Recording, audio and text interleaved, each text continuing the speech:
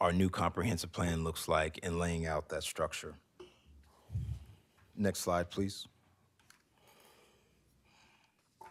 These are the guiding principles: safety, equity, health, sustainability, resiliency. And we use that to really make the decisions about how we grow and develop. The most important question is, does our zoning ordinance actually help us achieve these goals? And before I get into that, if we can go to the next slide, I wanted to show the map of our future land use. So what the future land use map does is it's not our zoning map. So you'll recognize that if you're familiar with our zoning map, that there are some differences there. This is our land use map. It shows how the city envisions the land to be used over time. This is what our zoning is measured against to see the community has stated these is how they want to see their neighborhoods used, and where they want to see those uses. And what the state requires is that we update that within 18 months after adopting the comp plan. So the zoning should reflect these land uses. Next slide, please. So why did the city commission the assessment? The goal was really to better understand how the zoning ordinance is functioning today. There was some thought years ago that the zoning ordinance was out of date and perhaps needed to be replaced. The city partnered with the University of Delaware, the Biden School of Public Policy, to conduct an independent assessment of Wilmington's zoning ordinance. The goal was really to identify outdated or inconsistent provisions, evaluate the administrative processes, identify barriers to housing and development, and really provide recommendations for how to move forward. The assessment in and of itself does not change our zoning. There's still a process for that. It simply helps us understand how the ordinance functions today and how it could be improved in the future. That framing has been proven to be strong. Next slide, please. Wilmington's current zoning ordinance, or Chapter 48, was written in 1962, and it reflects some outdated assumptions about how people live, how people work, and how they invest. As a result, regulations are spread across multiple sections. Some provisions are outdated, and processes have become somewhat complex. This creates uncertainty, delays, and inefficiencies. Next slide. The assessment identified several key themes: fragmentation, God bless you, Thank you. outdated terminology, complex processes, and a heavy reliance on variance. In addition to that, some significant barriers to housing. The issues develop slowly and create confusion. Next slide. Before we start to talk about the challenges, I wanted to make sure, and I thought it was really important to highlight what is working. The assessment did not conclude that Wilmington's zoning system is broken, which was good news. Some of the advantages that were highlighted was that we have a strong foundation that we can build on, and the strengths provide a solid framework for modernizing rather than requiring a complete overhaul of the zoning ordinance. Some of the strengths that were observed were a streamlined rezoning process. In the city, you, if you're looking to rezone your property, you can move through a rezoning within 3 to 4 months. Now, you compare that to the county, where it takes 2 to 3 years to move through a rezoning process. It puts us in a very strong competitive advantage to attract development, business, and homeowners. The zoning ordinance found that Wilmington already has these strong foundations, and over time, it's just become fragmented and difficult to navigate. Modernizing it will improve clarity, make it predictable, and increase its usability. Now, while the zoning framework is strong, the assessment did identify several areas where the ordinance could be improved or better support those areas mentioned before. So it's not about fixing something that's completely broken. It's about improving what we already have. Next slide. So what's the problem? What do we need to resolve? The current zoning ordinance was initially drafted in mid 20th century, as I mentioned before, and it's been amended piecemeal over the past 6 decades. That's resulted in a fragmented structure, so many sections are inconsistent or duplicative across different zoning districts. It has outdated terms, for instance, automobile laundry or amusement machines, telegraph office, coal yard, and the like. These need to be updated, and we need to pull in new land uses that are modern and agree with how people live and move today. It has some obsolete dimensional standards. So moving to a more form-based zoning code would provide some additional benefit to developing affordable housing. There are some process bottlenecks that need to be addressed. There's an over-reliance on the Zoning Board of Adjustment for routine projects that should frankly be allowed by right. There are ambiguities between use variance and special exception procedures that need to be codified, and the layers of variances slow down housing delivery and small business development for the city. Additionally, there are opportunities for us to improve our digital resources. Our zoning maps and tables are currently text-based and should be integrated into the city's website. Next slide. In more detail, the fragmented structure has led to overlapping rules or conflicting standards, and it's difficult for users to navigate the code without some additional support. Under the existing zoning ordinance, many common and desirable projects require variance from the ZBA, even when they match the character of a surrounding neighborhood. Next slide.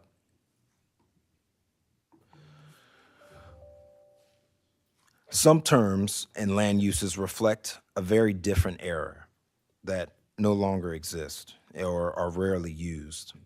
Definitions don't match our current practices, and it creates confusion and inconsistency.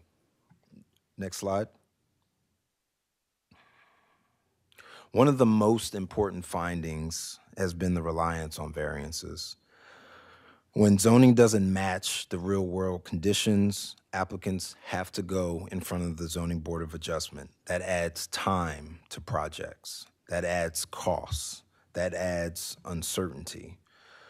Reducing, for instance, if a homeowner has to hire a lawyer to add an additional apartment and it's appropriate for the neighborhood, it's not business-friendly zoning. The zoning code should simply tell people what they can build, not make them ask for permission. The comp plan lays out exactly what neighborhoods have agreed that they want their zoning to look like, what their land uses to look like, what's appropriate for their neighborhoods. When the zoning is aligned to that comprehensive plan, the questions about whether or not there's an appropriateness in a particular neighborhood are eliminated just by the fact that the comprehensive plan reflects the community's desire, and then the zoning has been updated within a short period of time to match that. Next slide.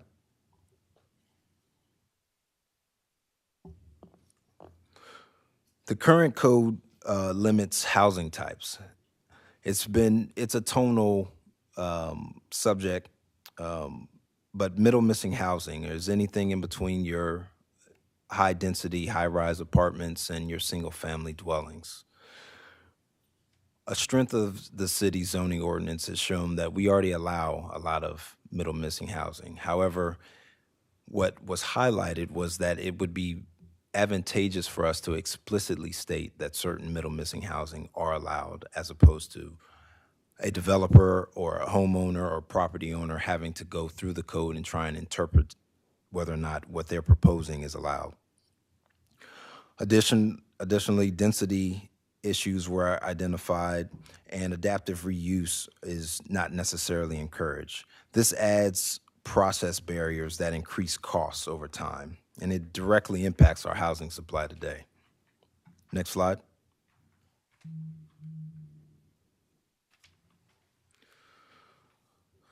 So modernization does not mean eliminating our protections. It essentially means let's make sure that the code's clear. Let's make sure that it's predictable and that it aligns with the goals that the city's agreed upon. Many cities across the country have done this and have done this successfully. Next slide. I wanted to lay out a timeline to kind of identify where we are and ground us on what's next. In the fall of 2024, we began to reach out and commission this assessment. During the spring and summer of last year, we worked to try and identify some low-hanging fruit, affectionately called watermelons, because they're growing on the ground.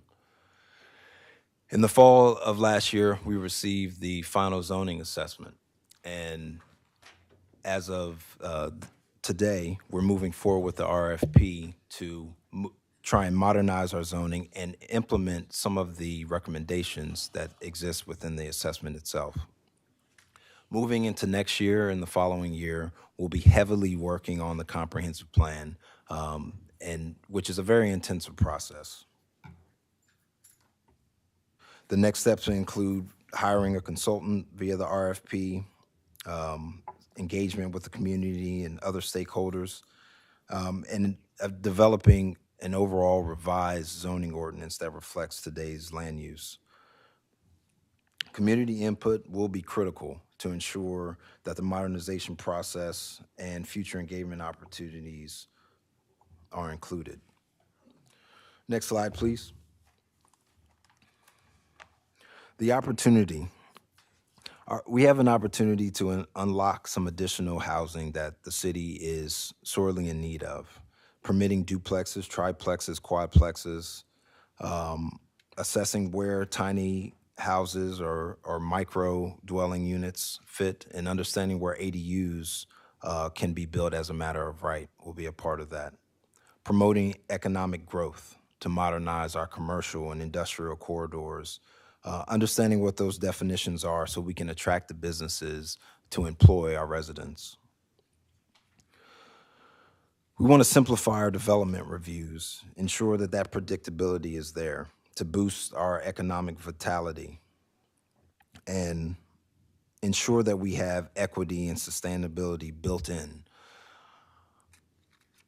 Loading our floodplain requirements into our zoning ordinance will provide for green, sustainable builds that can help mitigate flooding in our low-rising areas, which unfortunately impact our disadvantaged communities. Next slide.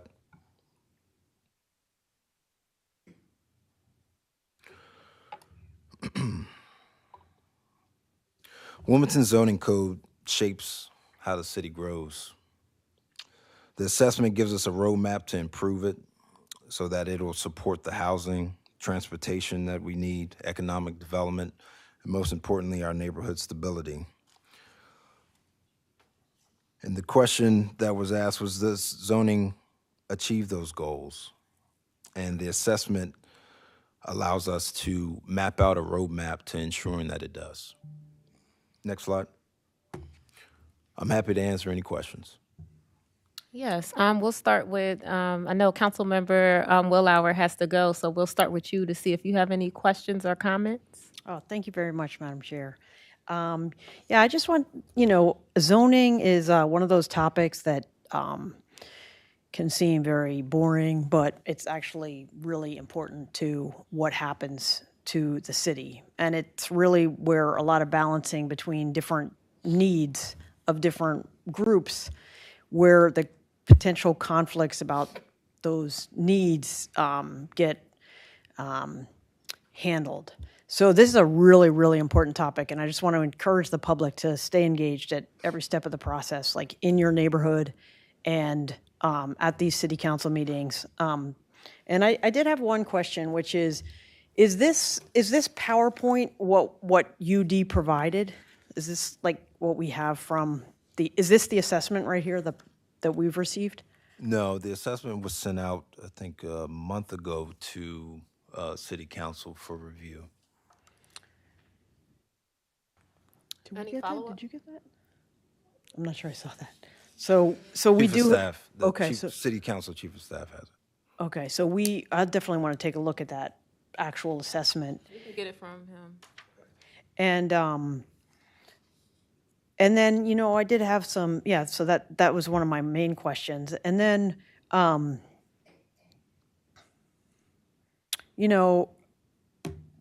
guess in terms of the RFP and, all of that, what is the, role for the public and for council members to kind of help shape that? Because zoning changes can have such significant impacts on how things turn out in a city. We want to make sure that there's community, opportunity for community input into that process. So the largest portion of input would be during the comprehensive plan. That is where I'm hoping to see our neighborhoods turn out and participate during the comprehensive development plan.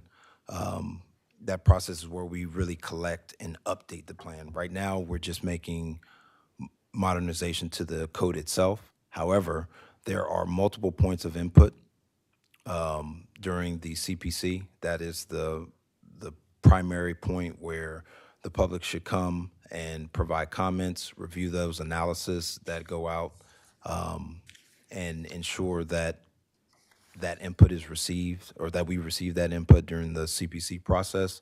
In addition to that, after it leaves CPC, it'll come over to council for approval. So we'll be here in this committee again in order to review what those changes are. It's another opportunity for the public to provide input. But in terms of the grassroots kind of input, that's really done during the comprehensive plan. Our comprehensive plan will need to be updated in 2028. So we're beginning that work, and we're budgeting for it to begin in the beginning of next year. So as we move into next year, we'll pull in another consultant to try and help make sure that we're shaping a brand new comprehensive plan, that we're pulling in every neighborhood's input, and that'll continue on through the following year. I just want to follow up. So where we are right now is there's a final zoning assessment. We're going to get a copy of that, council. And then the zoning modernization, I see it here in 2026, and then the comprehensive plan update comes after that. I'm just trying to understand, are we doing the zoning modernization before we do the comprehensive plan? That's a great question.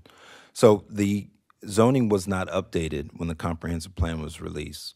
A lot of that was due to the fact that COVID happened directly after the comp plan. It was signed in 2019. There were a couple plans that came out as a result of that, which we've been executing on. The bike plan was a part of that. The resiliency plan came out of that also. But the overall zoning was not updated because of the COVID pandemic.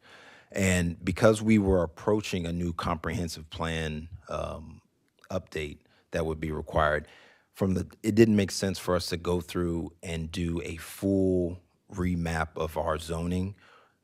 Just doing a modernization is something that cleans up the code. It incorporates a lot of our administrative practices or interpretations that are not in the code itself. It's not a full overhaul of our zoning district. So we're not changing where zoning is now. We're just updating the code as it stands.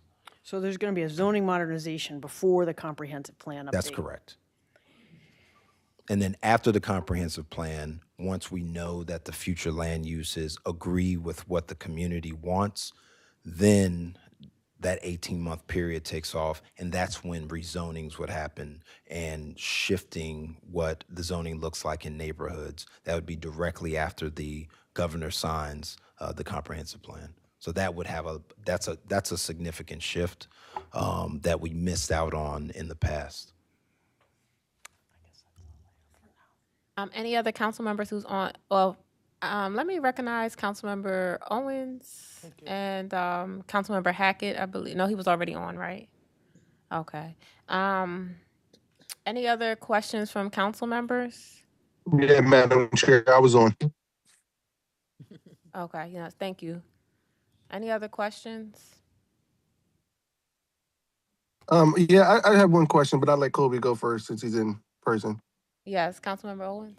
Thank you. I have two just quick questions. On average, per year, how many variances, approvals, or just process do we go through as a city? That's a good question. Jim, you want to? Yeah. It fluctuates depending on economic activity, but it's typically 90 to 120 a year. Okay. And follow up? Yes. And when it comes to like addressing barriers to housing and the being able to build more density when it comes to housing, will this help fast track that when it comes to affordable housing and building a density there? So affordable housing or housing affordability, just for Affordable housing. okay. So affordable housing is a good rule of thumb is when it's easier for housing to be built, it's easier for affordable housing to be built. So the density concerns here, a lot of them map to the fact that the majority of our zoning districts are R3, which limits uses in areas where the built environment doesn't match single family zoning. You have very large structures that could support 2 or 3 families comfortably, but the zoning doesn't allow for that. So an increase in density would allow for houses that are falling now, that we have to take down due to neglect, to be brought into productive use, just off the fact that you're allowed to put 1 or you're allowed to put 2 or 3 people in there. We hear all the time from small developers that the ability to go from 2 or 3 units in there is the make or break on a project. So being able to do those types of houses would, in theory, increase affordable housing availability. Any follow-up? You had your hand up, Marshall? Oh, I think Councilman Hackett. Yes, Councilmember Hackett? Yeah, I just have one statement and maybe a suggestion here. I know we talked about how, well, thank you for coming in, Doctor. I said Doctor, Director Larkin, and all the work that you've been doing. I know we've had several conversations. Usually when we hear about studies, we always hear about the partnership with the University of Delaware. I just wonder, is there any partnership that could be aligned with Delaware State University as we invest in HBCU? We can, send our kids from Wilmington down there. So just want to see if there's any kind of way that we can, build a connection to see if kids from the, Delaware State University can also be a part of that conversation to also reshape and impact their city that they came from as well. And that's just one statement. My question is though, when we look at the city that we have today, I'm just trying to figure out, and I think Kobe hit it on those, like, how can we bring in also other outside developers? It's a lot of people from other states that would love to come into our city, but they just say that, it's just really hard for them to be able to build. And also, most developers are looking to try to figure out how they can profit here. And also, we have a housing shortage. So, we're trying to figure out how both parties can win. But when you look at people that's getting ready to graduate from college and try to figure out how we keep them in the city of Wilmington, you don't see any modernizing in the properties that are being built as well. So I just try to figure out, what does that look like for landing, for your department? Um, uh, Two really good questions. The first question statement, in terms of working with DSU, um, what I struggle with, I think, is in terms of staffing, is being able to partner with local universities that have a strong planning department within the university itself. University of Delaware does not have a planning department, but they do have a public policy and they do a lot of work around planning. The Dell State University, I don't believe that they have a planning program. I think where our opportunities lie are anywhere that's public administration adjacent. Any degree programs that align with that would be helpful. Oftentimes, and we've struggled to hire planners for many years.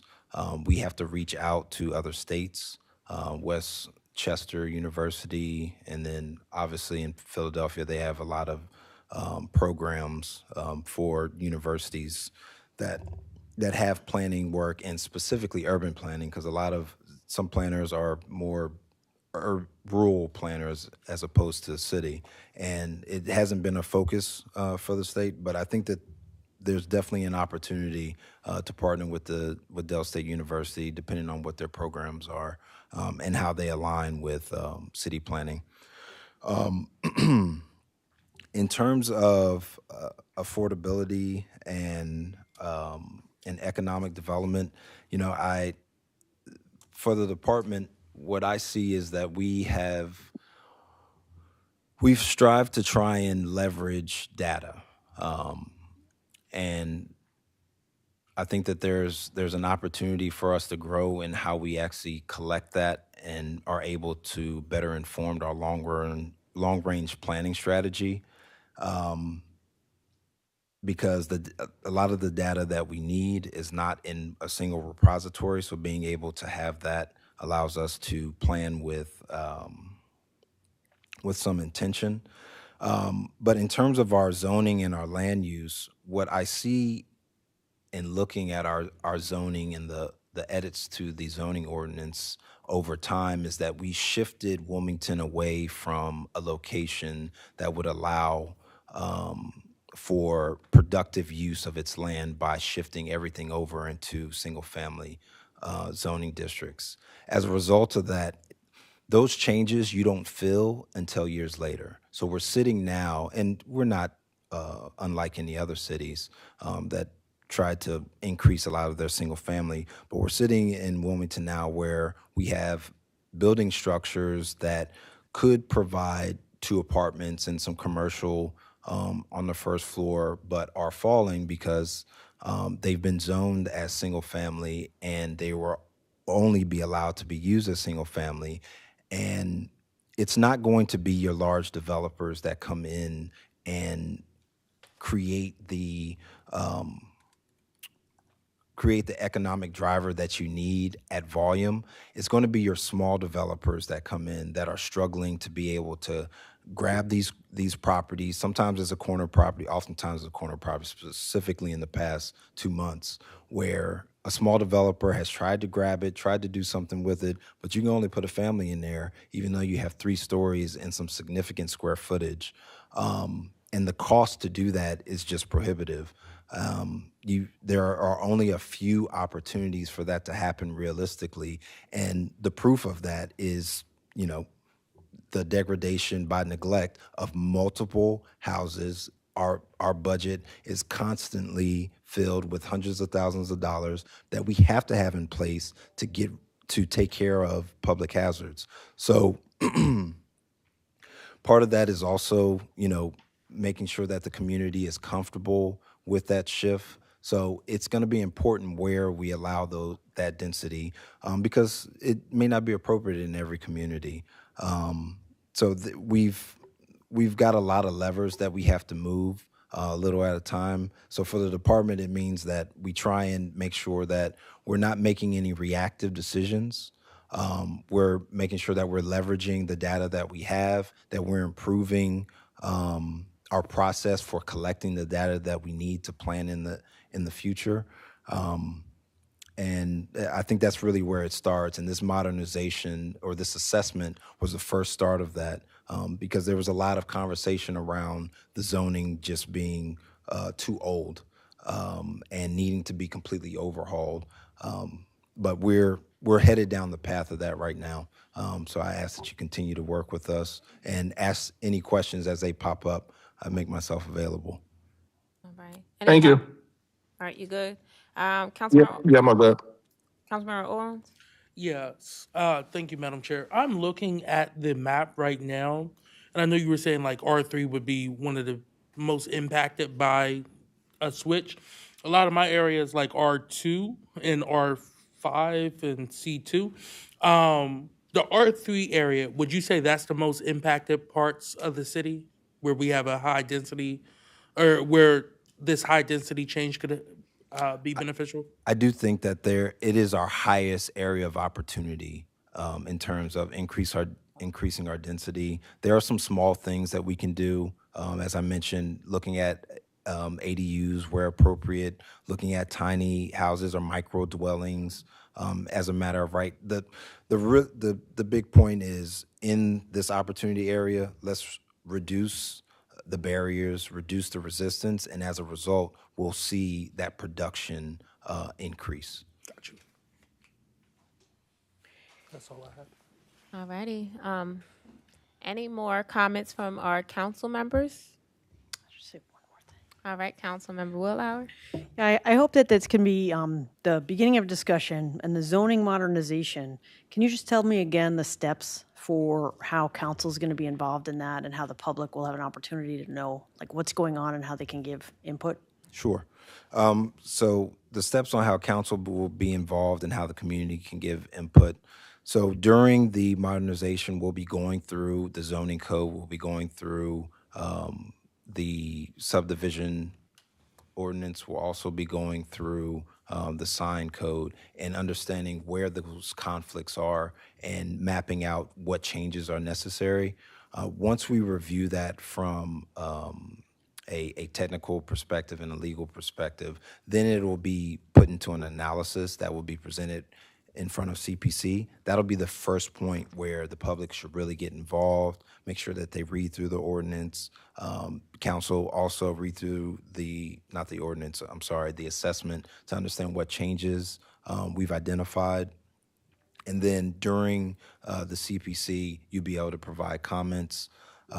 The next step from there, once that gets to a point of approval, will be a recommendation to City Council. City Council will need to review it. Again, read through. We'll have, it's a public hearing, much like we're in committee today. It'll have to go in front of the Community Development and Urban Planning Committee, and then it will move back for a third and final. So those are, from a high level, examples where council will be involved and where the community input, where the community can come and share their input, rather. Thank you. Yes, thank you. Is there any more comments from council members? Because I'm going to open it up for the public. Do we have any members, community members who want to make a public comment? Yes, if you can come up and your name. That'd be great. And you have 3 minutes, and I'll give you a warning at 30 I'll seconds. need even less time, you guys. My name is Cheyenne Miller, and this is just a question that I'm hoping that you guys can look into if it has to be related to zoning. Christina Park is not zoned for residential use. So I have a question. We know that the city is looking at placing tents and pallets at Christina Park, and I'd like to get some updates on whether or not those tents and pallets are coming in and when, and how the residents at Christina Park are going to get those. So I just want to put that on the record. How are they going to be notified? When are they going to be notified? And is there a dumpster option at the park that can just be sat there, period? Like just let it sit there. And then my last question is, can y'all move the porta potties from the top of the hill to the bottom? Because there are people who are disabled at the park who can't get up the steps to get to them. So if I have to connect it to the subject at hand, that's. The park's not zoned for residential use. That's it. Thank you. Any more residents who want to give public comment? Yes, if you can come up and please announce yourself. Yes, I'm Kathleen Patterson. I live in the 2nd District, and I didn't plan to speak on this topic, but I saw your map of the zoning, residential, future land use. That's for future land use. So I found it disturbing because it's way too yellow.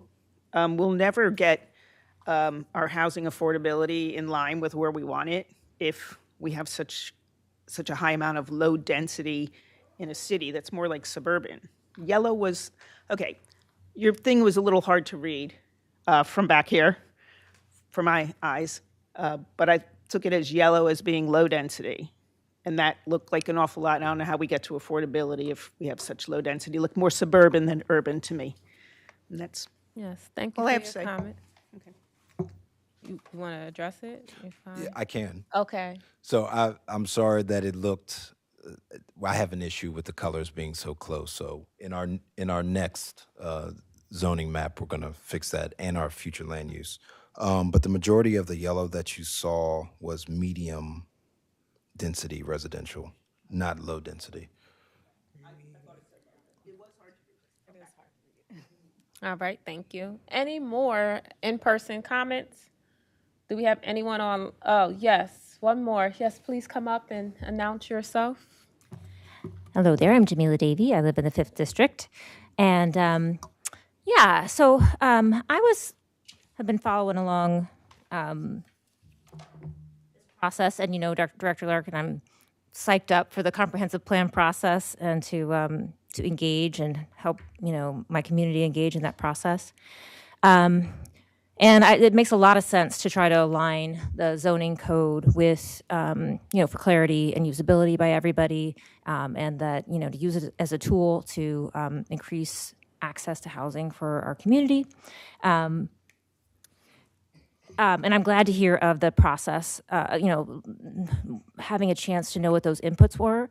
Because I do have a question about, what communities want in terms of zoning. So I really do want to just emphasize that it's wherever we can to open up the process to the community again. I know it sounds like in 2019 a bunch of data was collected, but it has been a while, and a lot of us don't necessarily know what we're agreeing to when the zoning stuff comes up, right? What is it?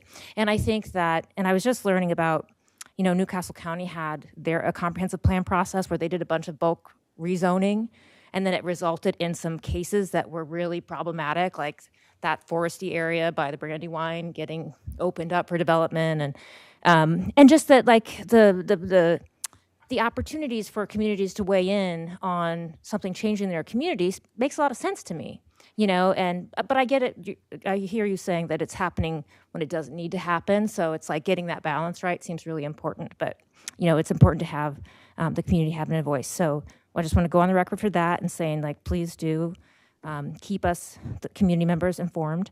And then I just wanted to ask about how, zoning can help with resilience and sustainability.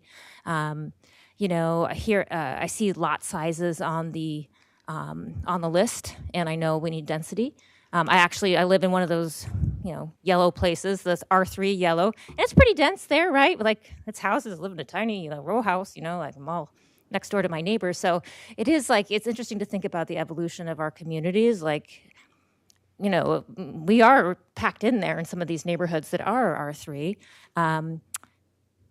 But how do we, how can zoning help us with resilience? Because I also work on trees, and I know that in our dense communities, 30 seconds. Especially in our, historically disadvantaged communities, we have less space to have that green infrastructure to make our communities healthy and livable, to plant trees and stuff like that. And I saw you had a canopy goal on one of your slides. So, what are the opportunities that zoning presents to balance the need for, planting trees and having green space in our communities with those other needs that are so important too? Thank you. Yes, thank you.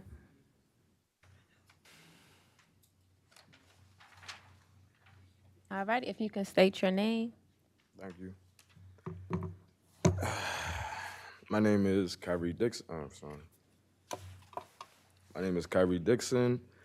I'm a Wilmington resident and native, and I am directly impacted by homelessness, a recent car accident, police misconduct, and what do you call it? Tenant undersight, and like just malicious and like brutal treatment. Like the policies that you allow like the people that own property in this city is wow. I don't know the proper way to talk about it. I'm not college educated, but I got like 3 minutes. I heard. I don't know. I just wanted to point out the video. Is there a way for me to play the video when I got arrested by a cop and then released once he was able to find out I wasn't that bad? No. Okay, I brought it up to Alexander Hackett and he didn't care. I've spoken to many different city council members throughout the year 2025, trying to get some help and some support, and they lied. They made false promises. I watched some of them either support policies or start programs or businesses, and they committed straight up corruption and fraud. I watched Sinead Darby kick a young lady out of one of the houses that she has, temp houses that she has in this city. She kicked Ariana Hale out of her house at 10:45, 11 o'clock at night for no reason. The girl left the house to go get a soda, and Sinead Darby said, all right, I'm locking the door. She did it with the phones. I was locked up for 10 and a half years for a sex offense. I just got out a couple years ago, so I don't know how this shit worked. But Sinead Darby was able to lock her out off of the keypad, and this girl was locked outside. Can I show that video? I got that one too. Am I allowed to or no? That's a crime that this lady committed, and she's still here. I went to a city hall meeting that they held at the Hicks Center. I got that video. Can I show it? I spoke up and I said, she's evil, that's weird, how could y'all do that? I don't know how to term it or say it, and y'all were like, oh, we'll address it. What's going on? Is this public comment really allowed? What y'all ticking the clock down, y'all ain't answering me. Y'all got a chance to real quick, I see, come on. What's y'all rebuttal? Any? Will a committee be set up so that we could investigate at least her for that? What about, y'all don't want to see the police brutality that just happened to me yesterday. Y'all don't even care. Like, y'all don't even care. I'm a law-abiding citizen. I'm not a criminal. I'm not on probation now. I have to register for some shit that happened 15 years ago. I got locked up 9 days after my 18th birthday. 30 seconds. I see and receive. Thank you. I got locked up 9 days after my 18th birthday. So it's a lot that I missed out on, and I'm catching up. Slowly. But I'm trying to figure out how we can actually, what is this meeting supposed to be about? Can anybody help me? Zoning. Right. Oh. And land use? Right. Yes. The tenants, don't they got control of that? Thank you. Anybody else for public comment in person? I think we have 2 people online. Is it for, Marshall wants to make a comment? Just to ask a question to Director Elliott. With the modernization and with planning out this full plan for this zoning change, do you think that'd be roughly 2 years? Roughly how long do you think this would take for implementation? It should be implemented within a year's time. Within a year's time, okay. The modernization, not the comprehensive plan. Not the comprehensive part? Right. Okay, all right, thank you.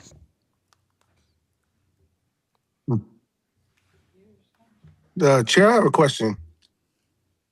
Yes, Councilmember Hackett. This is for Director Larkin. So what happens when the comprehensive plan comes back and it changes, maybe it changes majority of our zoning or even the modernization? Like, what happens then? Or are you saying that that's not likely to happen? So the modernization is essentially a cleanup, and it's putting in a lot of interpretations that are missing. The comprehensive plan identifies how land use, how the community wants the city to be used and where.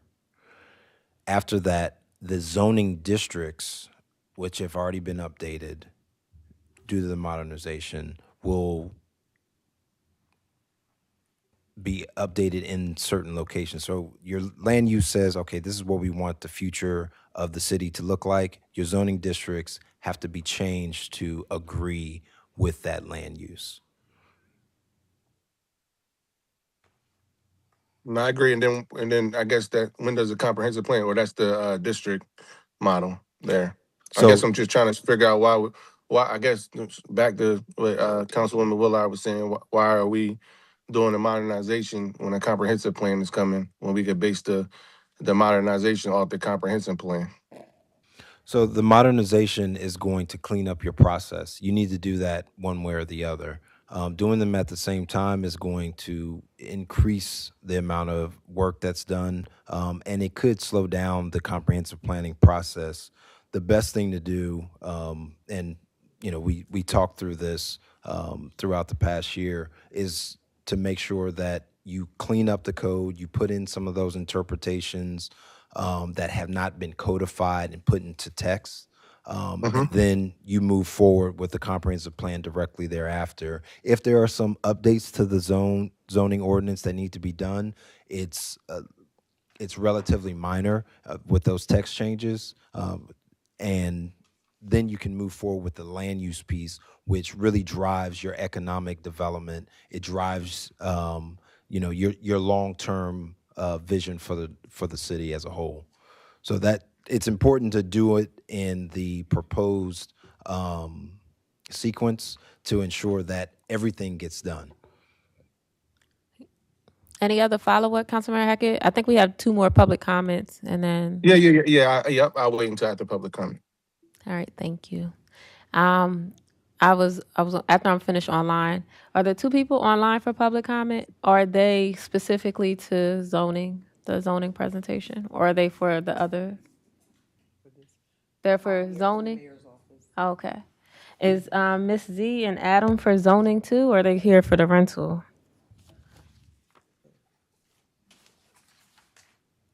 So I'm gonna call on the mayor's office.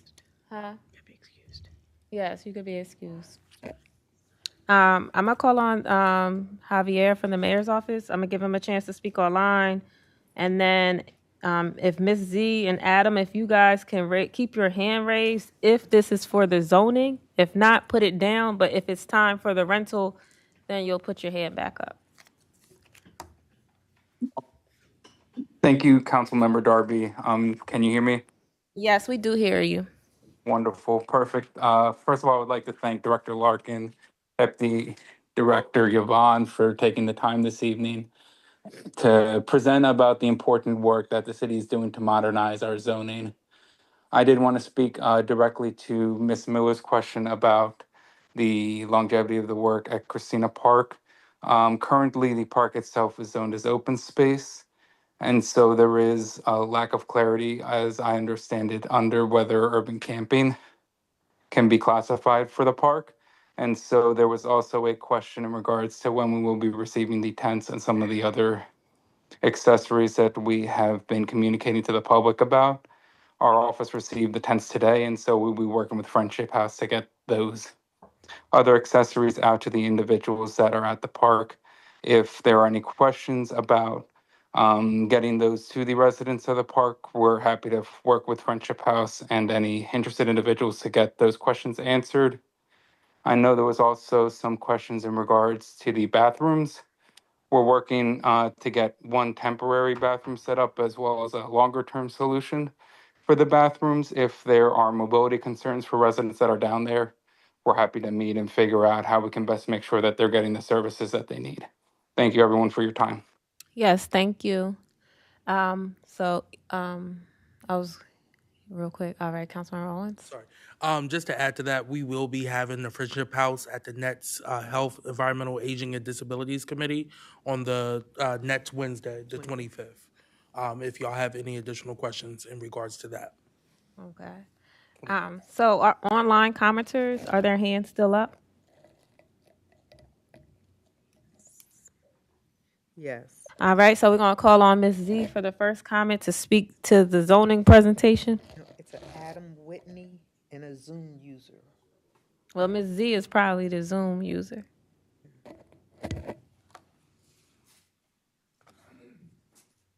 All right. Can you hear me? Yes, we're speaking to the presentation on the Wilmington zoning ordinance assessment. Are you speaking to that? Well, I did lower my hand. I was gonna speak more on the rental, but it's all housing. So I So mean, it's up to y'all which one yeah, y'all we speak we on. can wait till we get there because I know they probably want to go. Okay, we can go into All right. rental. Yes, we'll get there very soon. All right. The next person is Adam Whitney. Yeah, can you hear me all right? Yes, is this to the presentation on the Wilmington zoning ordinance assessment final report?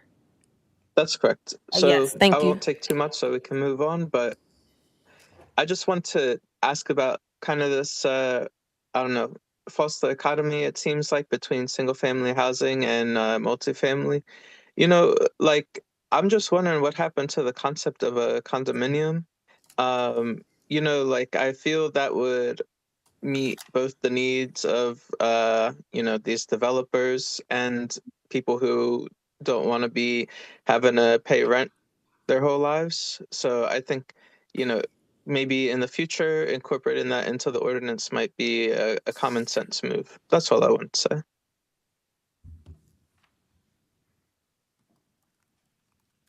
Thank you for your comment.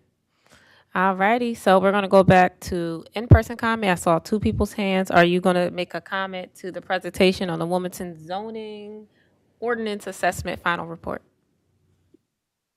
Yes. All right, if you can come up and say your name, please. Hello, Elijah Neal, Claymont. I just have one question related to the zoning.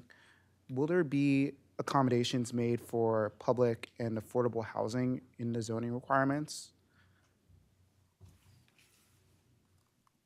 That was my public comment. All right. Would you like to answer that?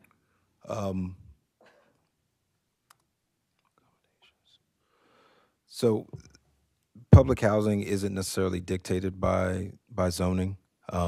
It talks about the intensity of a use as opposed to who is using it.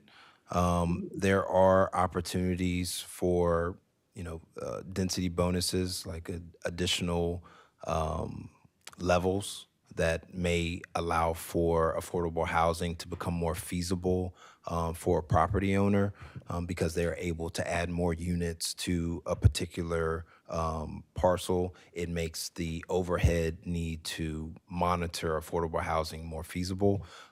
So not directly providing public housing, but through providing some density incentives or just increasing the ability to build more in a smaller footprint, you would make the feasibility of affordable units more tangible than they are today.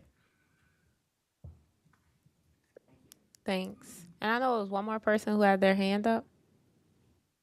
I think she said All right, thank you. All righty. So usually you have a comment for the piece of legislation we're on now? Yes. All right. Are you going to prompt me? I'm sorry. All right. So usually we only give people one comment per presentation. Really? Yes. yes. Really? Yes. That's what we do. Count then. All right. I'll pay attention. All right. So we're gonna move to the next piece of thing on the agenda if Speak you'd on like this to. one? I can't speak on this one? Okay. I'll wait. All right. All righty. So do you have any closing comments or thoughts? No, I appreciate the opportunity to present today. As always, That's not fair. That can't be fair. I'm going to speak to it. Just real quick. You did give public comment already? But not to this. He just. All right, go ahead. Go ahead. Y'all got it on public record. Now. He could give public comment again when we get to the next topic. Yeah. That's what I just told him. All right, y'all got it. Yeah. I can't. Okay. I appreciate the opportunity to speak on the zoning assessment, and if there are any questions that come up, I intended the presentation to be a takeaway. As you read through the assessment, please feel free to reach out with any questions that you have.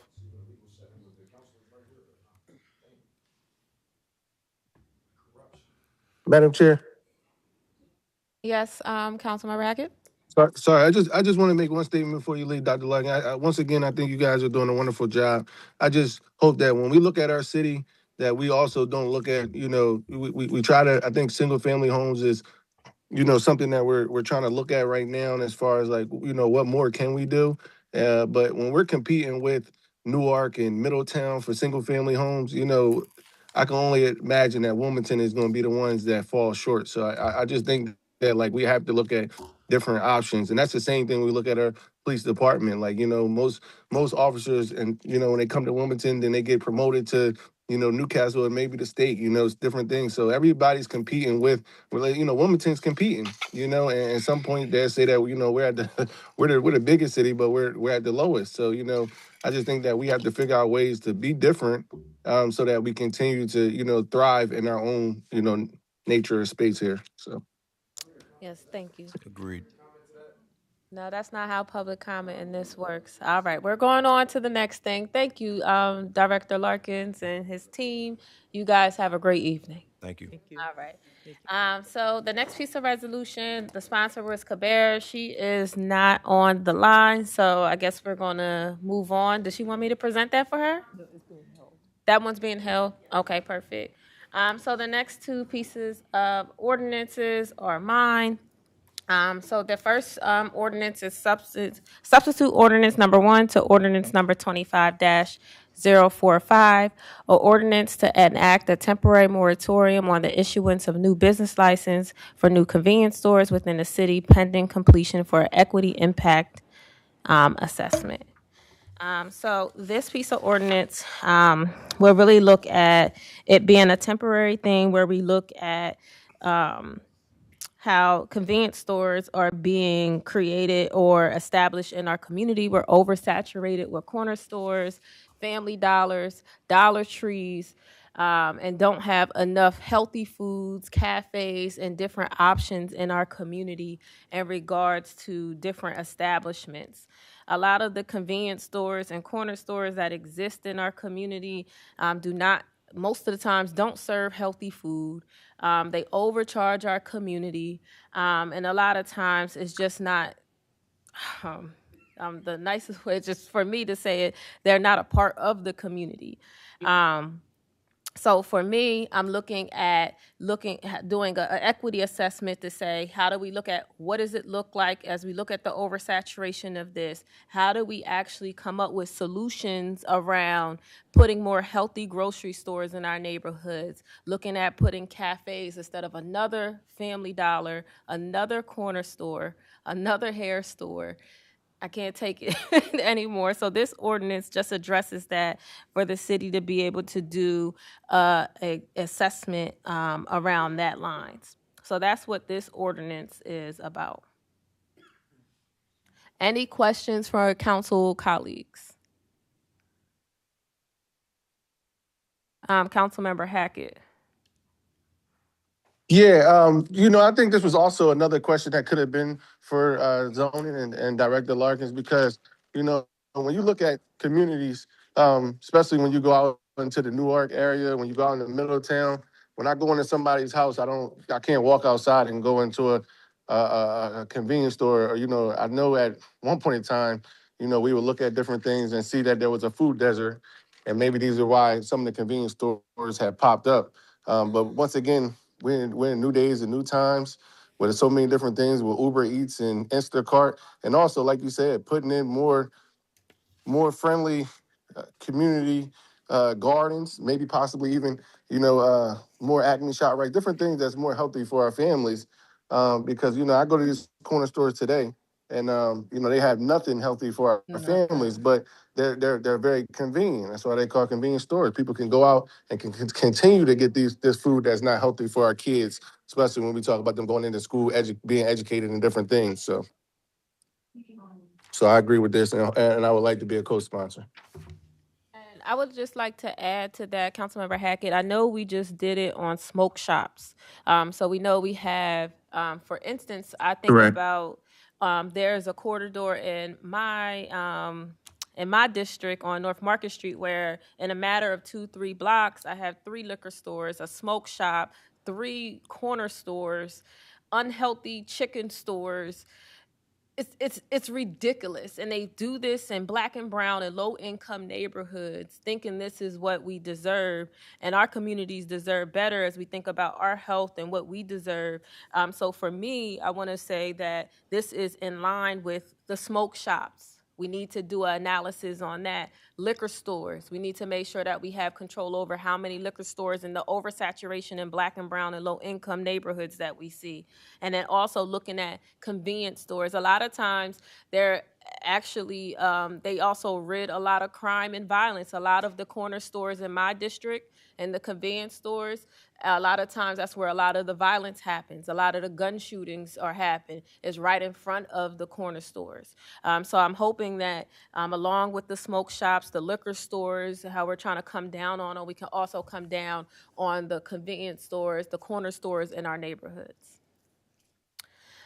I think Councilmember Owens, did you have your hand up? Yes. One, I would like to be added as a co-sponsor to this. Again, I think the discussions we've been having lately on council, from the Rodney Reservoir and community gardens over there to the smoke shops, this is all aligned with what we've been doing as a council right now. And again, in my area alone, I have multiple dollar store, Family Dollars, whatever you want to call them. They have all different names.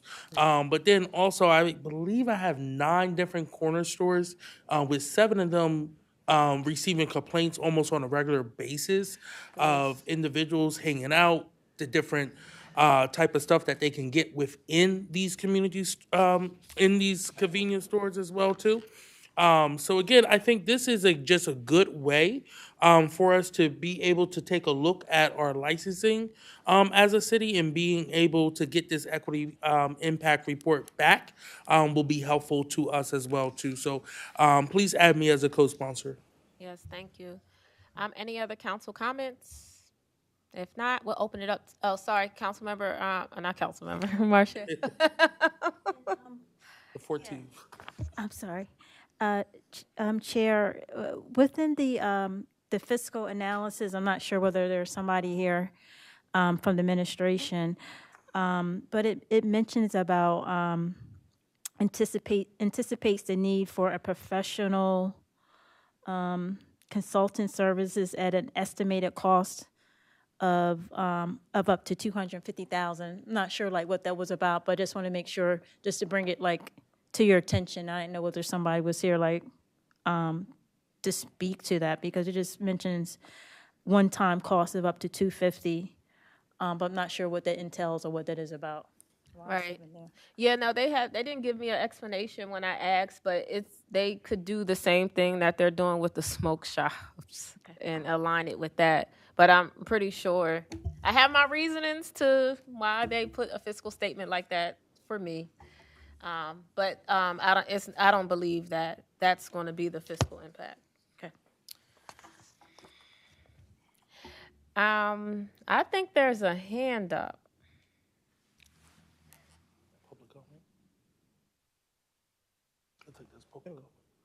I'm sorry. Because the same way they're doing the smoke shops, they could do this similarly. They put it down. I think someone put their hand down. Oh, okay. All right. Councilwoman Darby, I'm sorry, I just got added as a panelist, and I think I was the one that had my hand raised. Oh, okay. Did you wanted to make a comment or no? Or was you just wanted to be added as a panelist? I asked to respond to the question from Ms. Bassanite and yourself in regards to the fiscal note.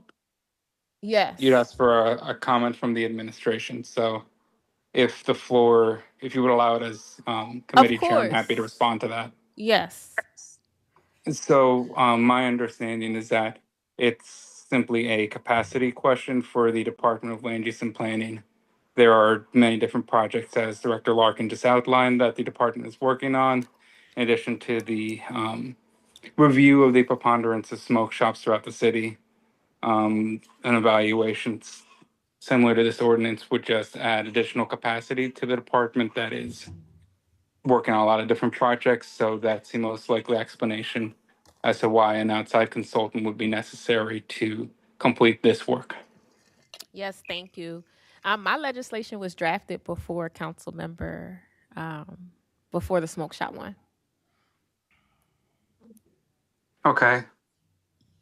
I'm not, I guess my question would be, what does the timeline have to do with the issuance of the fiscal note and its effect on the capacity of the department evaluating the preponderance of these different shops throughout the city?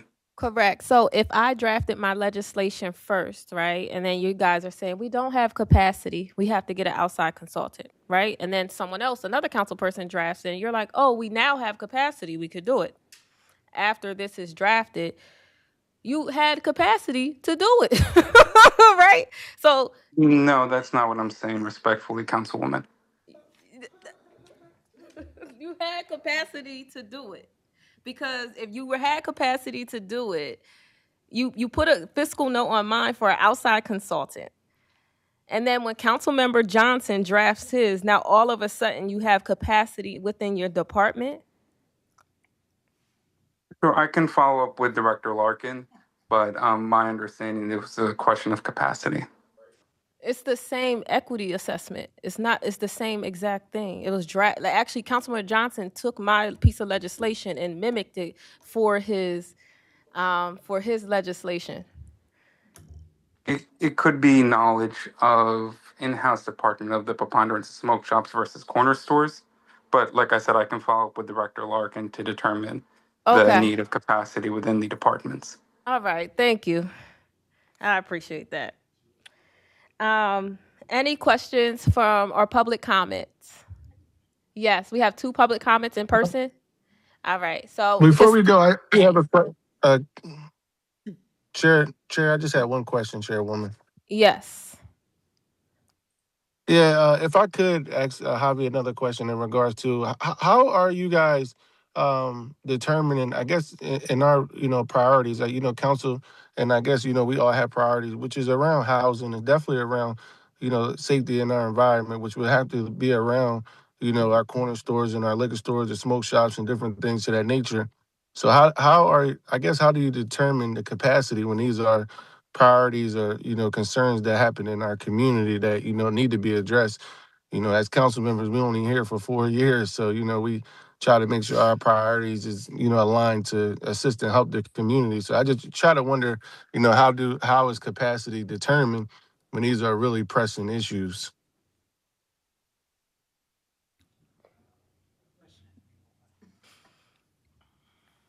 Chairwoman Darby, am I allowed to respond to that Yes, question? you can. Thank you. So regarding the evaluation of priorities and capacity within the departments, you're referring specifically to this study or broader priorities of each council member?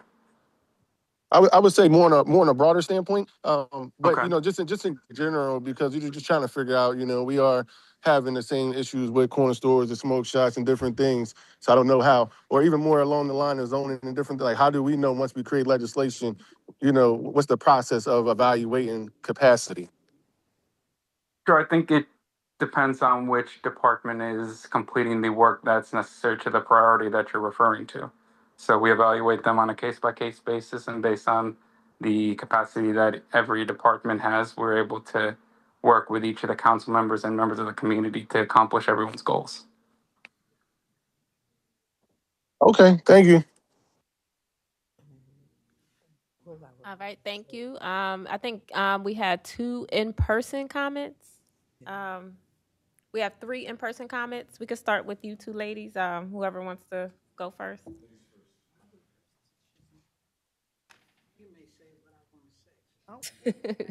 Kathleen Patterson, Wilmington.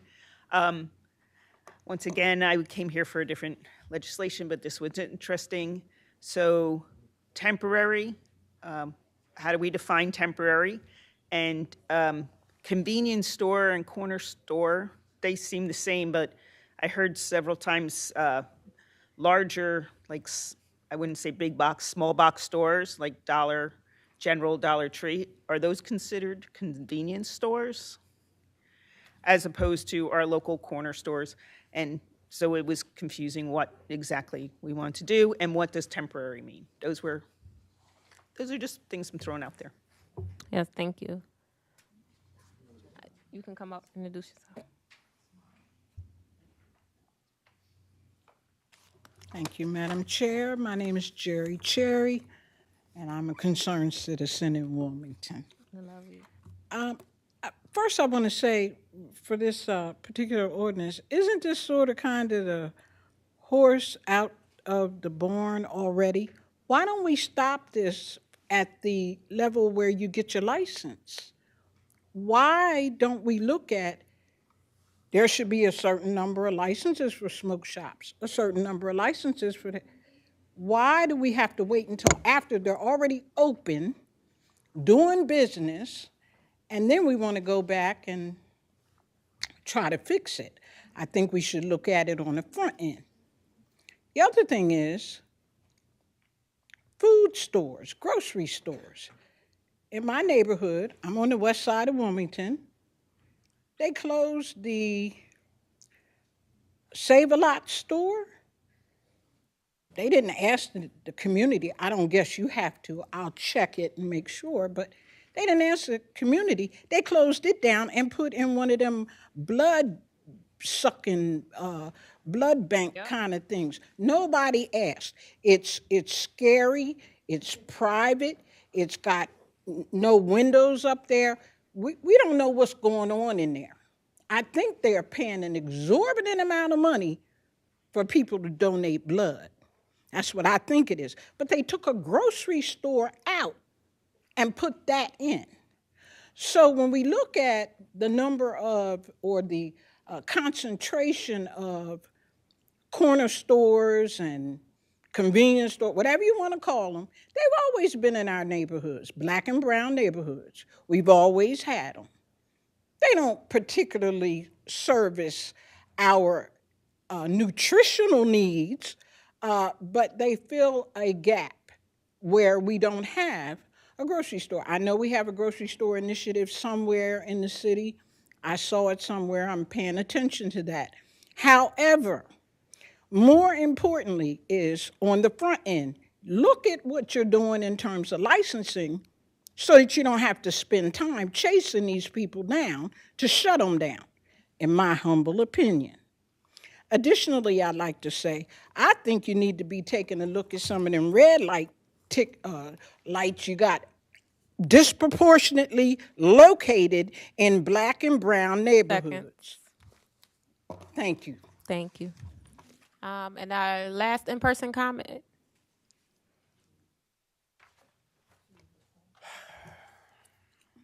My name is Kyrie Dixon. I'm a Wilmington resident, and I'd like to speak on this temporary moratorium on the issuance of new business licenses for new convenience stores within the city, pending completion of an equity impact assessment. Am I allowed to? Do I have permission to speak? Yes, you have 2 minutes and 47 seconds. Can we start it over, please? Your time is already. No? Patience is short. Okay. Marshall. All right, well, I would like to speak about on February 22nd, 2026, when I walked onto, 9th and Girard, and there's a convenience store that just opened up there. What's the name of it? I got pictures, but we can't submit them into evidence. So just allow me to refresh my own memory. I got time.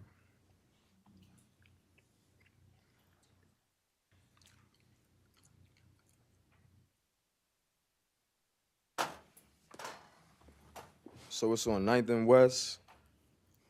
I'm trying to get the name of it. Just open.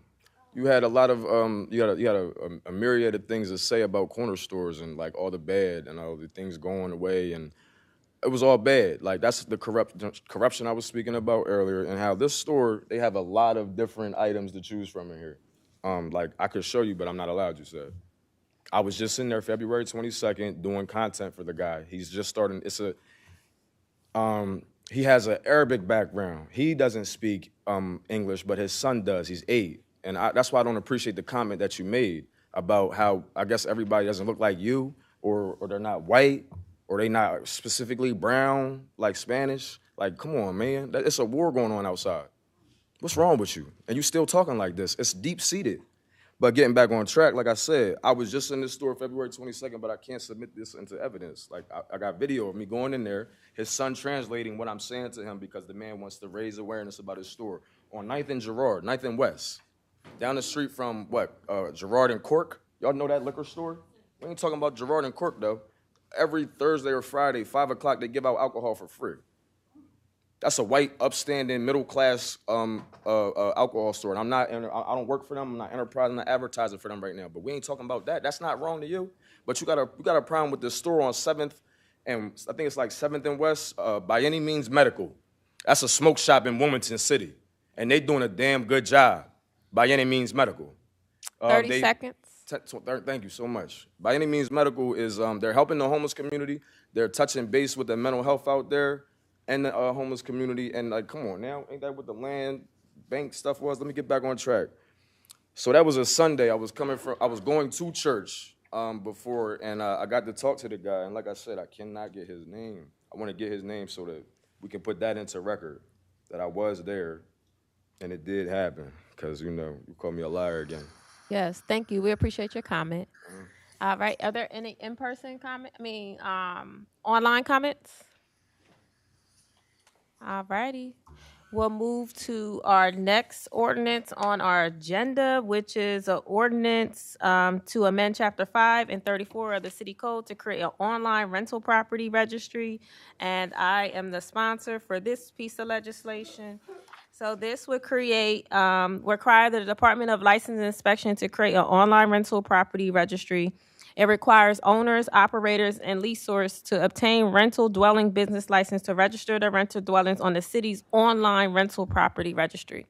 So this will streamline a process and put it online to make it easier for landlords to, one, register their property. So a lot of landlords have to come to this building, which could be a long, lengthy process for a lot of people. So we will eliminate those barriers for landlords, make it easier for them to register their properties. Also, they'll have a online access portal for them to be able to go and see, and track their inspections and different things that they will have access to be able to communicate back and forth with L&I. So it will streamline communication, streamline the rental property, but it will also help renters too.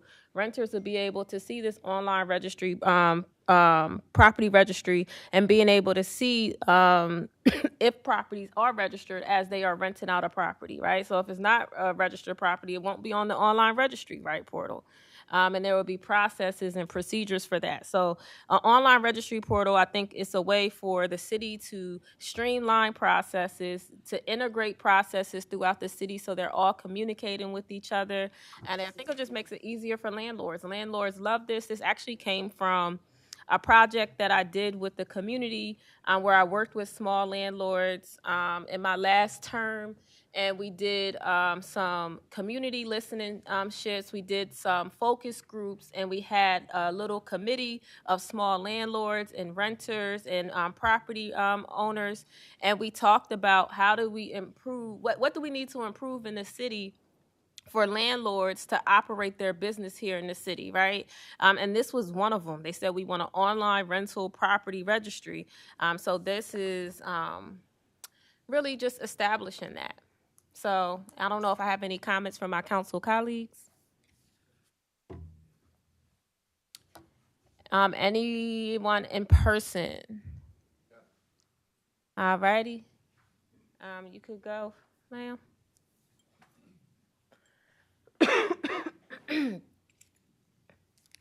Thank you again, Madam Chair. My name is Jerry Cherry, concerned citizen. I worked for the city for 30 years, and one of the things that I did when I worked for the Department of Housing, Real Estate and Housing, it wasn't online, but there was a mechanism in place where I was responsible for going out to the different properties for which the city had invested money, of course, or HUD had put money in, and those property owners were responsible for keeping me informed about different changes and what have you. Now, it wasn't online, but it wasn't efficient, and it didn't necessarily stop some of the foolishness that we saw up here on Adams Street with that big apartment complex falling in or whatever it was happening. And Mr. Portnoy was one of the people that I had been tracking for years. I told you I worked for 30 years for the city. So I sort of kind of know what I'm talking about. However, how would we justify funding something like this if, in fact, this is something that goes forward? Where would we get funds from to make this possible? And what benefit is it to city residents, to people who are renting? Besides, I understand, or I think, not Section 8, Wilmington Housing Authority is also a responsible entity for charging landlords with being equitable and having safe and affordable housing. So is there going to be a partnership, a merger? Are we talking to other folks? Because I see dollar signs for something that might potentially work. However, I know in the past the city has done this on a manual basis and it didn't work. Thank you for your time. Thank you. I think there was another hand. Yeah, you can come up. Okay.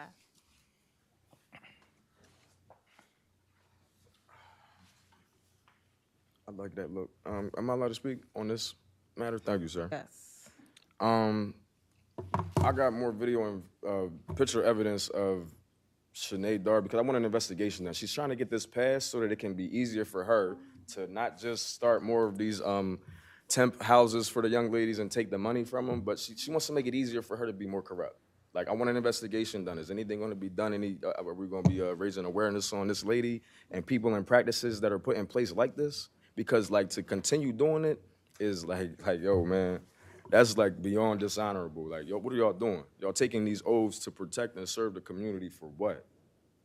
I got more time to talk, so like, let me look at my evidence that y'all can't see. Because I have her taking money from this Black Women in Power business that she owns, and stapled outside of this door on 7th Street of her building is no, you can't have a business here. That's a picture. So let me paint the picture for y'all. On her door that Ariana Hale was living at is a picture, 2 minutes left, is a picture that says, Miss Sinead Darby cannot have this business in place. And she's got women and children living in there actively, Miss Darby. On the door, there's a picture.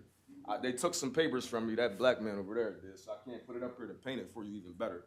I got a minute 45 right now. All right, so look, let me finish. Sinead Darby had the picture up there,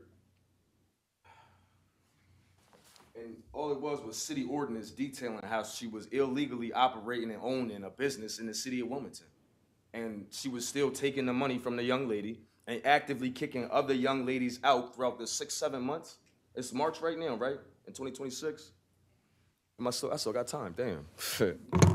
I can't show you the pictures. But I want an investigation done, because this lady is like, really, I used to work with a woman named Maria Cabrera. I don't know, I haven't spoken to her in a while, but like, y'all had good council members in this city. Trippy Congo, the Congos, I don't know if y'all know the Congos, man, over North Side. Y'all got good people in this city. Like, I don't know if y'all gonna like investigate some of the heinous behavior and like the malicious things that's going on, but like, it's reprehensible that y'all could allow it to continue, because this lady is trying to pass something else that's gonna help her, and y'all just see it as it's positive, because she gets to talk. She gets to talk. And what, y'all get to show evidence too when y'all want, right? If people can read 30 them pages, seconds. I know. If people can read them pages, then they can interpret and see what she really doing and the means and the motives, but they can't. So she get to talk, say what she want. It's wild, man. I don't even want to talk no more right now. Figure out what she about to do next and get ready for it. Thank you for your comment. Who's next? Oh, she ready? Yeah, watch this. I mean, she probably got something else. I don't even know what she is. I don't even know these people. Hi, I am Deidre Shepard, and I wanted to ask Shanae, well, first I want to say thank you, because a rental registry is needed, especially with this new lead remediation law that's out. I see a big need for the rental registry. And so one of the things I wanted to ask was, is there any information that you can present or provide regarding the conversation or the talk that you had with the small businesses and the tenants that love the process? Because that's information I could utilize to present, because rental registry is getting a bad rap based on the failure of other states being able to provide that registry in a way that's effective. So if there's a solution, like if you could provide that information so I can look over it myself and be able to present that where I sit to show that it does work, and actually landlords are willing to, or they actually like the idea, that would really be helpful for me. Okay. Yeah, we can connect. Okay, thank you. Any other in-person comments?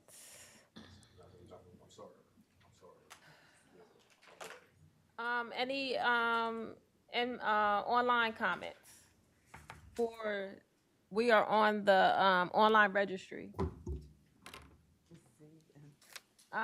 Ms. Z, for the online registry.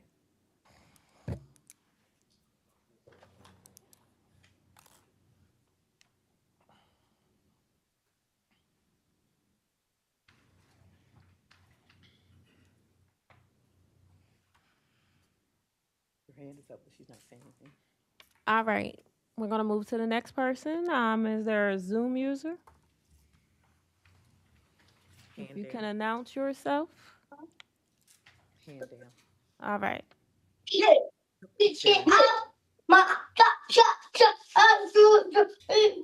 Hello? Announce yourself. If you can state your name, please. No, I don't have a comment on this one. That's why I lowered my hand. Y'all missed me. I had my hand up the whole time. All right. Thank you. All right. I have a Wilmington resident here that would like to speak up on FaceTime. We cannot do that. Can't receive that? We cannot do that. We cannot. We're on to the next thing. So, any more public comment? Yes, but you don't want it. People who are in person or online? All right. So, thank you. Any more? I don't think any more comments from council members. Okay, so we're good to go. All right. So we're on ordinance number 26-009, an ordinance to amend chapter 34 of the city code to create a landlord education and resource awareness program. So this piece of legislation, Councilmember Cabrera and I worked on this together. In her prior term, before I was on city council, she created a landlord education and resource program. So we are trying to bring it back, where the Department of License and Inspection creates a landlord education resource awareness program, where there's a dedicated website, there's workshops and trainings, where if you're a new landlord, you get information on how do you be a landlord in the city of Wilmington? What does that take? How do you schedule an inspection? How do you get a business license? All of that information will be in the workshops and trainings. What are some of the code compliances? What are some of the assistance that exist? This will be a very informative piece of education piece for landlords. There would be an annual fair that the department would hold for landlords throughout the city. And then another component of this, where this is voluntary, like this is not mandatory unless you have 3 or more violations involving health, safety, or one major violation involving unsafety or unsanitary conditions. So it doesn't become mandatory unless there's violations attached to it. So once there's violations attached to it, the L&I inspector would say you have to take this workshop and training for you to be reissued your business license and for you to be able to rehouse or for you to be able to rent out your property. So that's what this landlord education and resource awareness program does. So I'm gonna open it up to my council colleagues to see if there's any questions.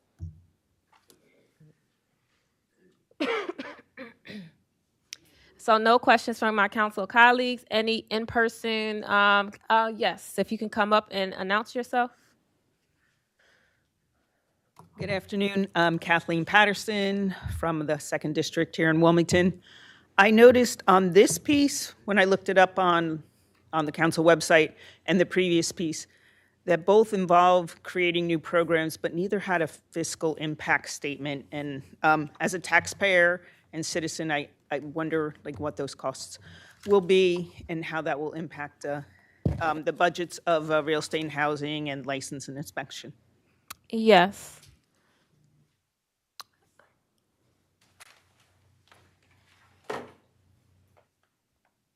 Thank you, Madam Chair. Jerry Cherry again. And actually, that's sort of kind of what I was going to ask. How will we pay for this, or will it have a cost? And isn't this sort of kind of reinventing a wheel that was already in place? You happened to mention that it was during Councilwoman Cabrera's previous tenure that she had something like this going on. What happened to it? What were the outcomes?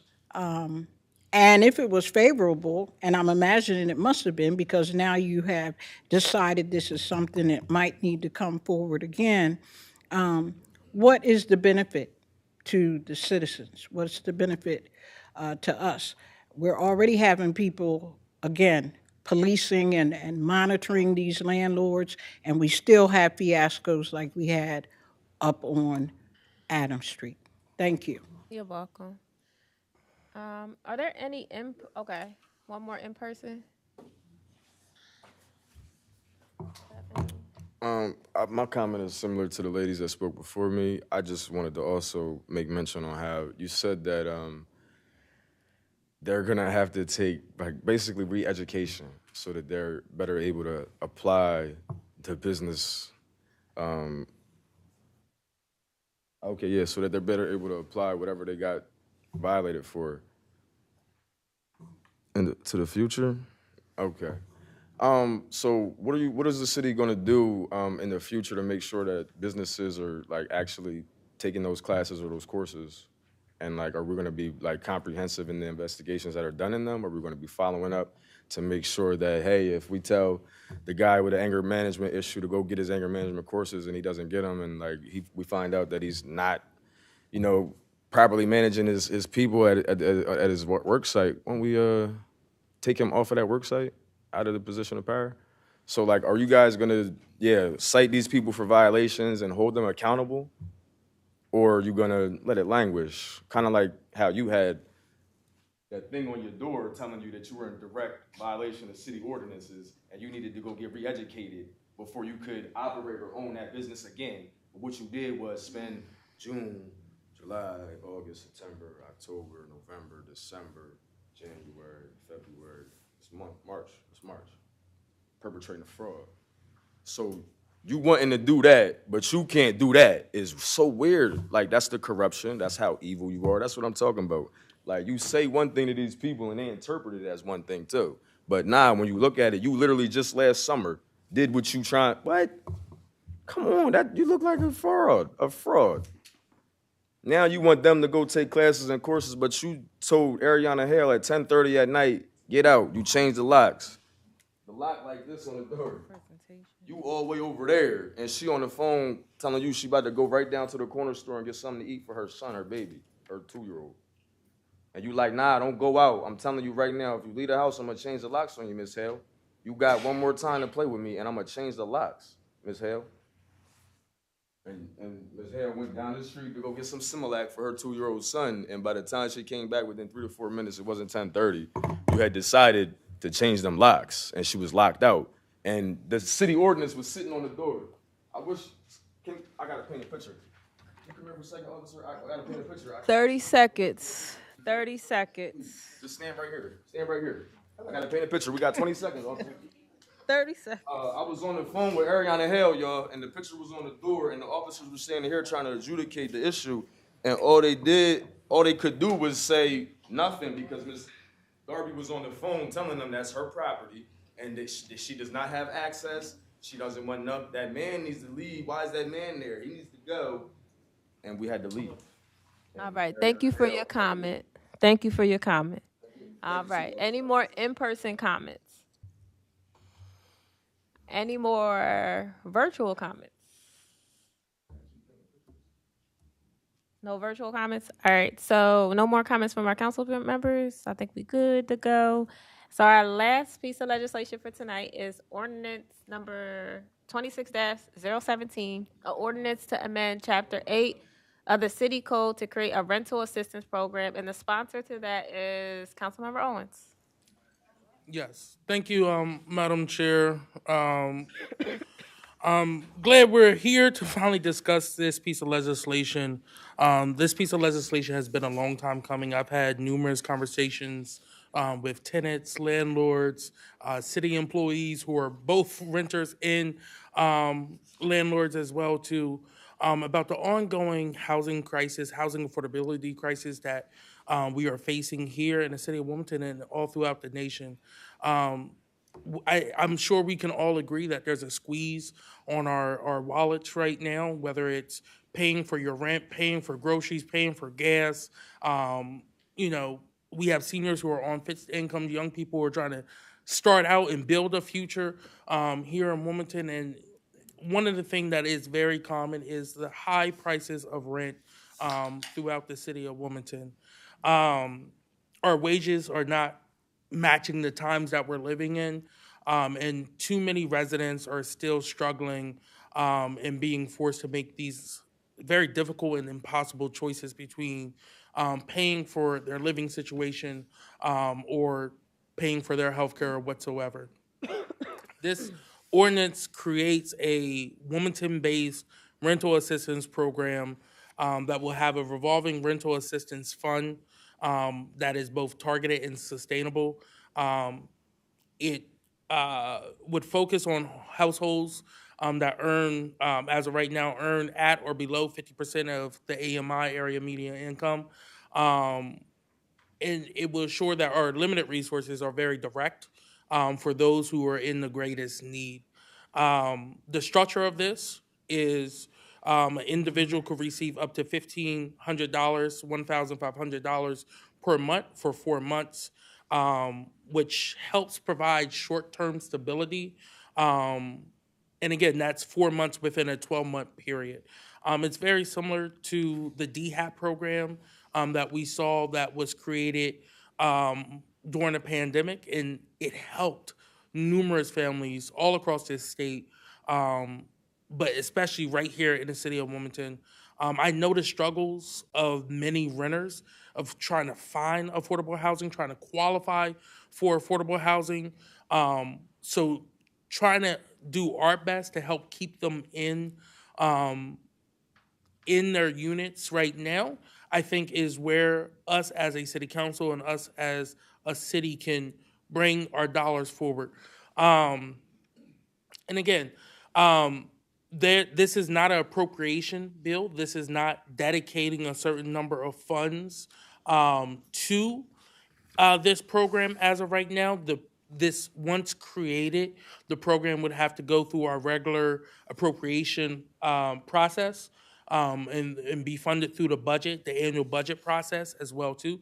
This creates the opportunity for Wilmington to start setting up this program and to hopefully be able to help our residents. And I just want to talk a little bit more about the funding opportunity because we could go after grant funding, but also in recent years, we've used the Neighborhood Stabilization Fund to help with key and critical projects such as the senior repair program and the homeowner repair program. We are still operating off of 3 budget ago's appropriations, which means we have millions of dollars that are sitting there right now. That money could potentially be opened up to use for a program such as this, money that has already been allocated to neighborhood stabilization, and I believe that rental assistance goes along with neighborhood stabilization. But the conversation has to be ongoing, and negotiations have to be had about the funding structure of how this will be funded through the regular budget process. And that's a process that I think I would look forward to working with the mayor's administration on getting that done. I do know that I don't know if Javi's still on. They may have something to say about this, but Madam Chair, that's all I have for this. I'm willing to answer any questions from my colleagues or the administration. Yes, thank you, Councilmember Colby. I would love to be added as a co-sponsor for this piece of legislation. I want to open it up to my other council colleagues if you have any comments or questions. Javier does. I know, but he's not a council person, so he has to wait. Okay. So any council members? Okay. All right. No, I'm okay, Madam Chair. All right, thank you. All right, now we can open it up to others. Are there any, we can open it up to the mayor's office?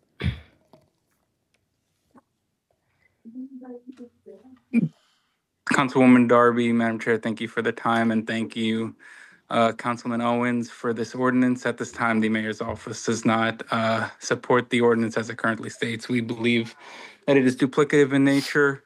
There are already pre-existing programs through various state agencies that we believe if there is a further need to assist individuals in the city, we can work with our partners in the General Assembly and at the HSS and DSHA to increase the amount of services to Wilmington residents. We are committed to continue working with Councilmember Owens on this ordinance, and we appreciate everyone's time this evening. Thank you. Yes, thanks. All right, we're gonna open it up to in-person comments. So I guess our first commenter. Yes. Y'all ain't taking FaceTimes. I'll be able to transcribe most of what the man wants to say.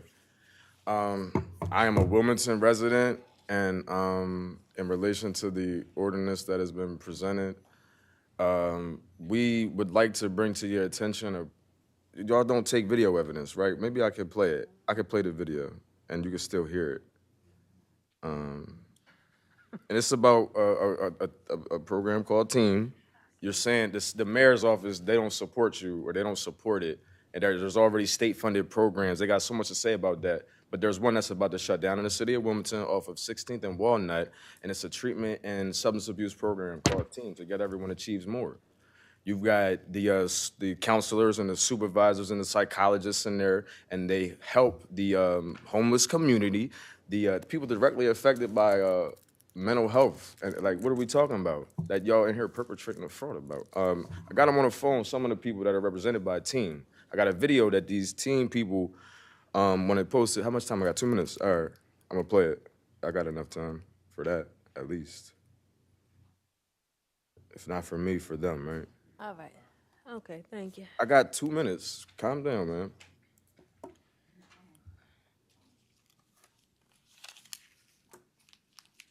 A minute 30. This nigga gonna keep calling me. What's wrong with him? Is he gay? Gotta disconnect the Wi-Fi. 1 minute 30. Perfect. You know what I mean? Because if you notice, right, how since he left, how things been going. This is the team building I'm talking about. The team program for Southern City.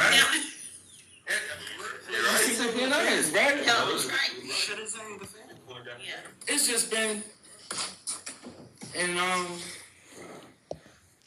you know, Mr. Brown didn't say he's the head now. We've lost the director. We've lost, like, he's the head. But you see, he was the glue. This man don't know what he's doing. But he's doing a damn good So job. sometimes when you take away that nucleus, man. But they asking for help. But don't nobody know. Don't nobody care. Yeah, see, people thinking Mr. Kyrie is the nucleus. She don't care. He's the money. Y'all broke. Y'all funny. Y'all are a broken system. Y'all need help. You talking? The mayor's office don't want to support you. You talking about state programs already? Yeah, and this one about to shut down. This was May 16th, 2026. I can't 30 present any seconds. evidence though. 30 seconds. I see and receive. There's less on this video. Calm down.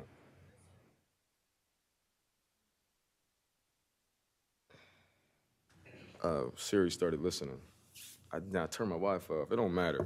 Team Together Everyone Achieves More is located on 15th and Walnut. Shut up. I know it went wrong. It's these people.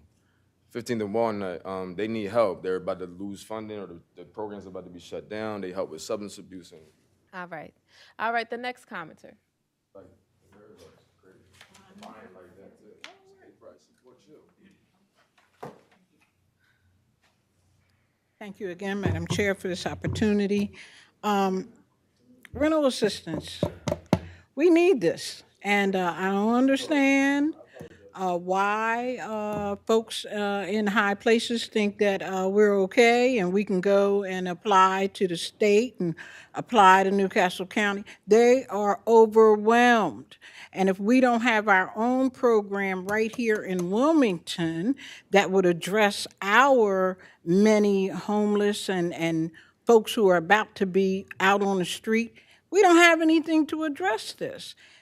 I have young people who come to my church for assistance, who I help just as an advocate, and they can't afford to live anywhere. My grandchildren can't afford to live anywhere. They're living at home with their mother. This ordinance, I think, is important. I don't know what the mayor's office is looking for a councilman to do to beef it up or whatever. And I don't know if citizens are allowed to be involved or what have you, but I certainly, as an advocate and as a social media person, I have 7,500 subscribers that I influence on a daily basis. I think I could get some steam, and I'm willing to volunteer for any assistance that you might need. I've been in Wilmington most of my life. I'm 69 years old, and I'm still struggling. That is not good. Retired from the city of Wilmington with a decent pension, and I receive Social Security, and still I'm struggling. So we need to take a look at this, and whatever has to be done, it needs to be done quickly. Thank you for your time. Thank you. The next public commenter.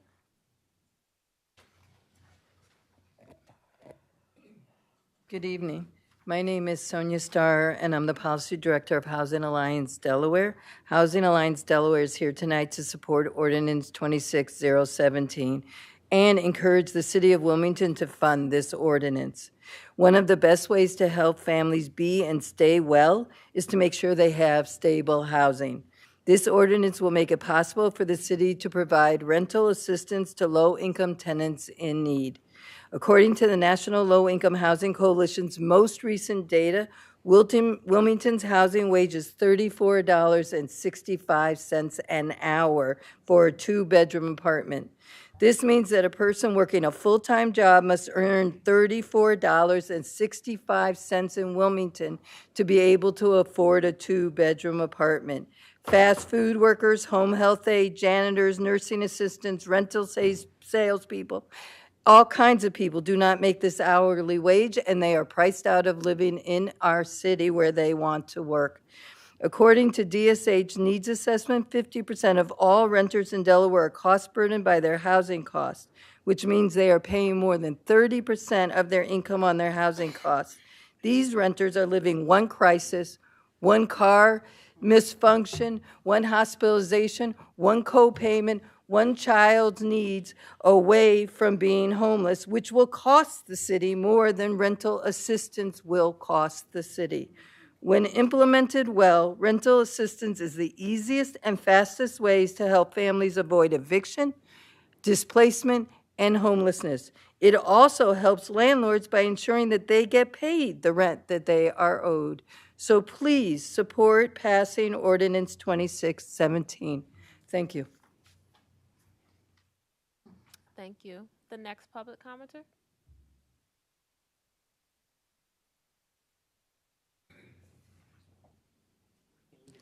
Good evening, and thank you so much for this opportunity.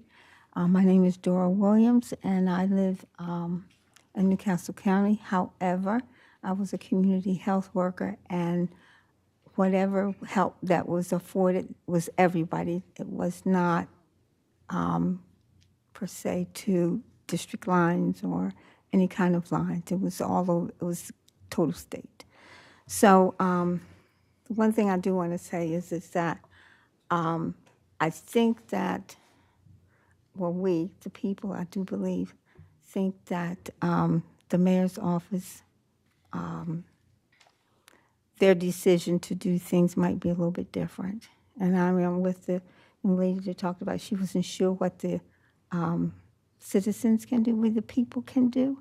But I think if we're given steps that we can do, I think we could probably do them.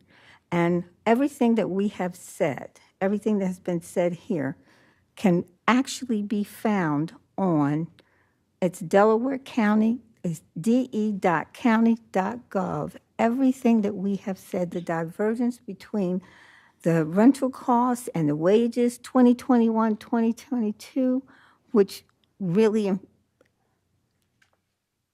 made things worse than what they already were. It was after COVID, and they never were back to normal again. So, and I have invited a person that I've known for a bit. Her name is Hannah Williams, and this is the letter that she wrote. I'm going to read it because she's a little nervous. And she says, "To whom it may concern, I am writing to respectfully request consideration for rental assistance due to financial hardship caused by a serious medical condition. I have been diagnosed with interstitial lung disease, a chronic respiratory disorder that affects my lungs and breathing. Managing this condition has required ongoing medical care, appointments, and periods of limited physical capacity, which has significantly impacted my financial stability. As a result of my health challenges, I have faced unexpected medical expenses and disruptions to my ability to maintain consistent income. Despite my strong commitment to meeting my financial responsibilities, these circumstances have made it difficult for me to keep up with my rent during this time. Stable housing is extremely important for someone living with a respiratory condition. Attending medical treatments and working towards regaining full financial stability. Without assistance, maintaining my housing while navigating this illness has become increasingly difficult. Receiving this grant would provide critical support and allow me the opportunity to stabilize my situation while continuing to manage my medical condition and move forward towards recovery and financial independence. I sincerely appreciate your time, compassion, and consideration of my request. Any assistance you are able to provide would make a meaningful difference in helping me remain safely housed during this challenging period." Yes. And I have three pieces that she has written, and I'd like to submit that, please, for the record. Yes, you And can submit it. Ms. Anita. Hannah's with us. Hannah, would you stand up just for a second? She took her time to write this and to come down here. And she did, how many months have you, no, did you do when you, what is it? What company was it? Was it Sojourners? You work at Sojourners now, but before that you volunteered, right? How long did you volunteer? She volunteered 1.5 years at Sojourners, and now they have hired her part-time. So I would just like to submit this. And who do I submit Yes, to Miss Anita. Okay, right her there. name is on the office. Thank you so much. I would like to Thank you recognize. so much for this Oh, you're welcome, opportunity. of course. I would like to recognize Councilwoman Willauer. She's back with us. The next public commenter.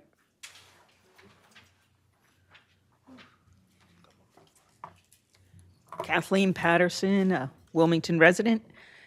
I support this ordinance to develop a rental assistance program. In my work as a Vincentian, I'm a volunteer, and we go out and visit our neighbors in the community on a regular basis. And I don't know what the mayor's office is talking about with state rental assistance, because the people I meet, I try to refer them to other places for help because I know that out of St. Patrick's Church, we don't have enough money to meet their needs. And when I look up state programs, they've all ended. When I send people to Lutheran Community Services, who probably has, they've done housing stability programs in conjunction with the state, they're out of funds. our residents really struggle, and if there was another assistance program that could help them a little more, then maybe my organization is helping them with the utility, because that's all part of housing. And every day people are calling, every day we can't get to them. The city is very poor. I mean, y'all never talk about how the poverty rate's over 20%. No one ever mentions that, but that's pretty hard for people to live with. And unless we do something to change the affordability housing or have assistance for folks, as others have said about medical, I meet people all the time who got sick, so now they lost wages, because really getting a full-time job is not that easy. A lot of people we meet can only work part-time, and I know even my own employer, like 2/3 of the employees are part-time, and they're a great employer, but really they have a lot of part-time people. So then you don't have vacation or sick time. I've met people who lose their job for whatever reason and maybe are eligible for unemployment, but our state is so broken that they're sitting months waiting for unemployment. Well, that doesn't help them. I mean, unemployment is supposed to be replacing at least a portion of my wages pretty much immediately, and folks are sitting around waiting for months. A lump sum 6 months later isn't helping them. And how are they paying the rent with a promise of money? So, yeah, it's great, if we could pay our own rent, but there are things that happen. And when people don't have full-time jobs or sick time, or a car breaks down, they have to make a choice. And I have some concerns about exactly how it'll be administered, but I do think it's a great idea, and that I support it because I see a need in our community. Thank you. Yes, thank you. Our next public commenter, I think we have 2 more in person. 3 more? Okay. Good evening, and thanks to the committee for this late night session here. The proposed rental assistance program ordinance is a necessary step to create long-term housing stability and community well-being in Wilmington. I'm a housing attorney at Community Legal Aid Society. I'm also a homeowner in the 8th District. I want to, I guess, I had my prepared statement, and I was a little upset by the comment that came from the mayor's office about the alleged duplicativeness of the program. During the peak of COVID, my office was, non-payment cases. We were getting them, and we were loving getting them because we could make one phone call, one referral. We were getting landlords paid, we were getting our tenants paid, and we were staying out of court. And it was a great time, and unfortunately, I would love the mayor's office to provide a list of where these programs are, because I send my clients, to agency X, Y, and Z, and they call back and say there's no money.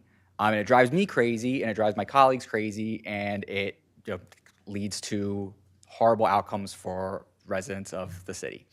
There are approximately annually, we're talking about 8,500 evictions that are filed in the state of Delaware a year. If we break that down, and that's within Wilmington zip codes, break that down, it's about 700 a month.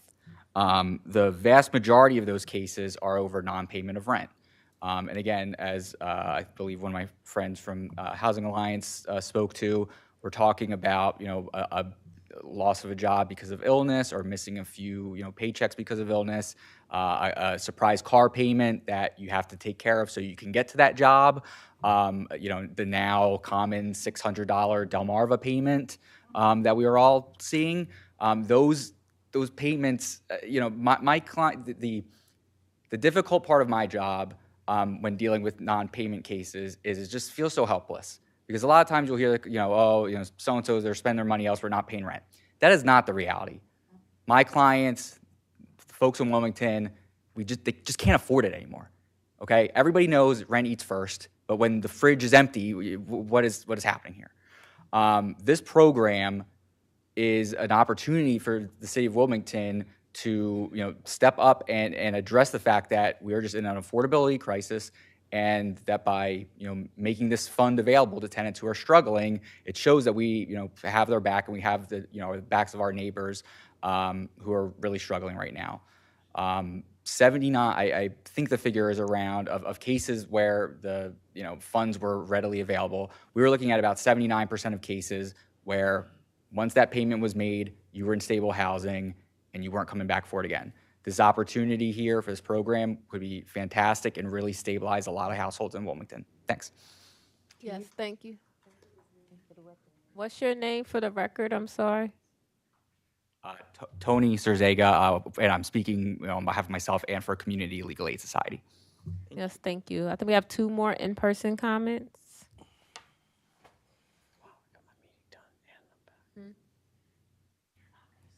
Good evening. I'm Gene Messick. I am a member of a mutual aid organization that helps the people living at Christina Park and other unhoused communities throughout the city. I wanted to thank Councilor Owens for this rental assistance program. I think it's great. I think it'll keep people off of the streets.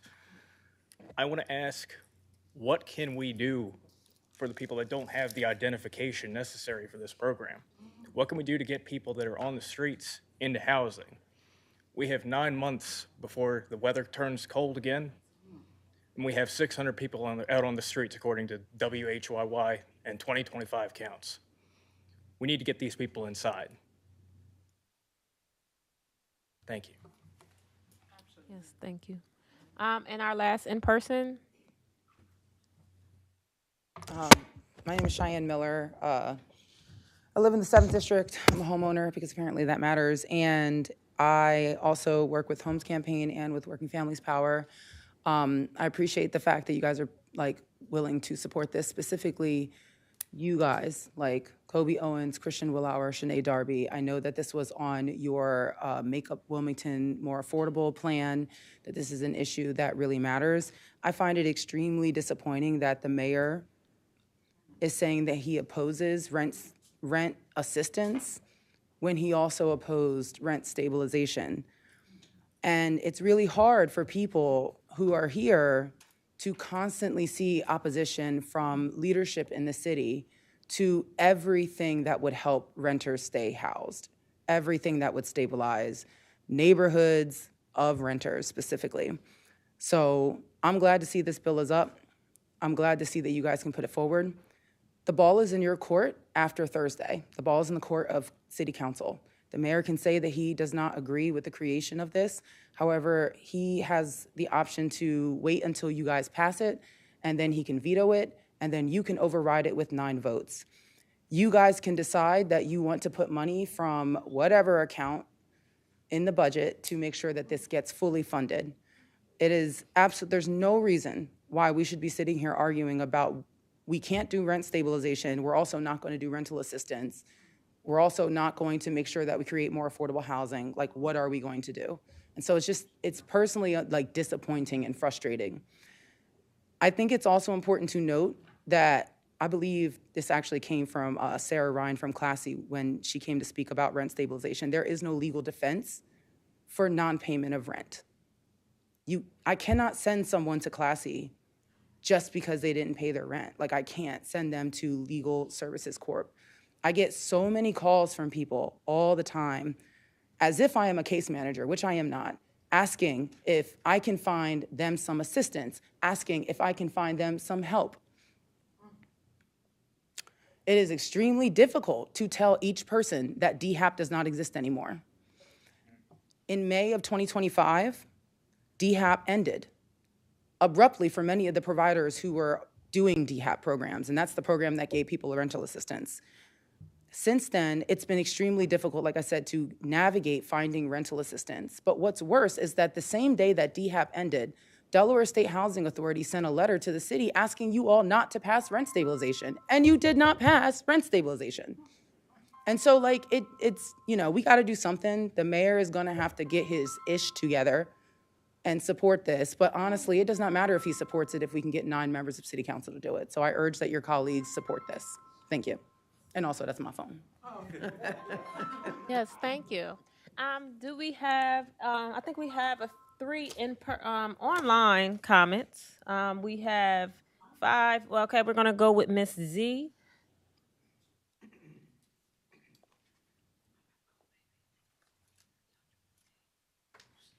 Her hand is down. All right, we're gonna go with Adam Whitney. Hey, you guys can hear me? Yes. So I thank you guys for bringing up this ordinance. You know, I'll have to ask for some forgiveness to bringing negativity to my statement, although I agree this obviously rental assistance is a like common sense ordinance that needs to make it to council. So I just want to, I heard a lot of people saying they don't understand why Matt Meyer is like against rental assistance. I just want to talk about his track record recently. This guy is literally genocidal. When you look at genocide as mass displacement, he has like made Delaware a bulwark for the genocide of Palestinians, used immigrants as a political tool while secretly subsidizing their kidnapping. And now he's trying to make sure Wilmington gets gentrified. And to me, gentrification is the new word for genocide. Obviously, we need lower rent, but the city system, and you know, you guys are doing great work, but this system is frankly fucked up. And you know, right now, the only option is not to lower rent, but to make sure that these landlords keep stuff in their pockets. But you know, we can at least have the city take the bill. Why is Meyer against this though? The landlords are still going to be making money. It's because if people got 1 second to breathe outside of wage slavery, we would fix this shit immediately.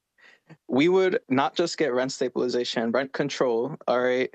We would make sure that these people, frankly, doing violence against us see justice.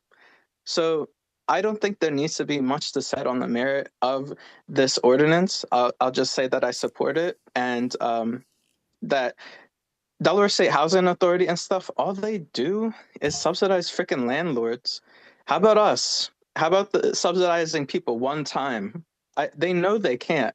They know that if people get a second, that we will fix things. So that's all I'm gonna say. Yes. Thank you for your comment. We're gonna go to our next commenter. Justin AC. Justin AC.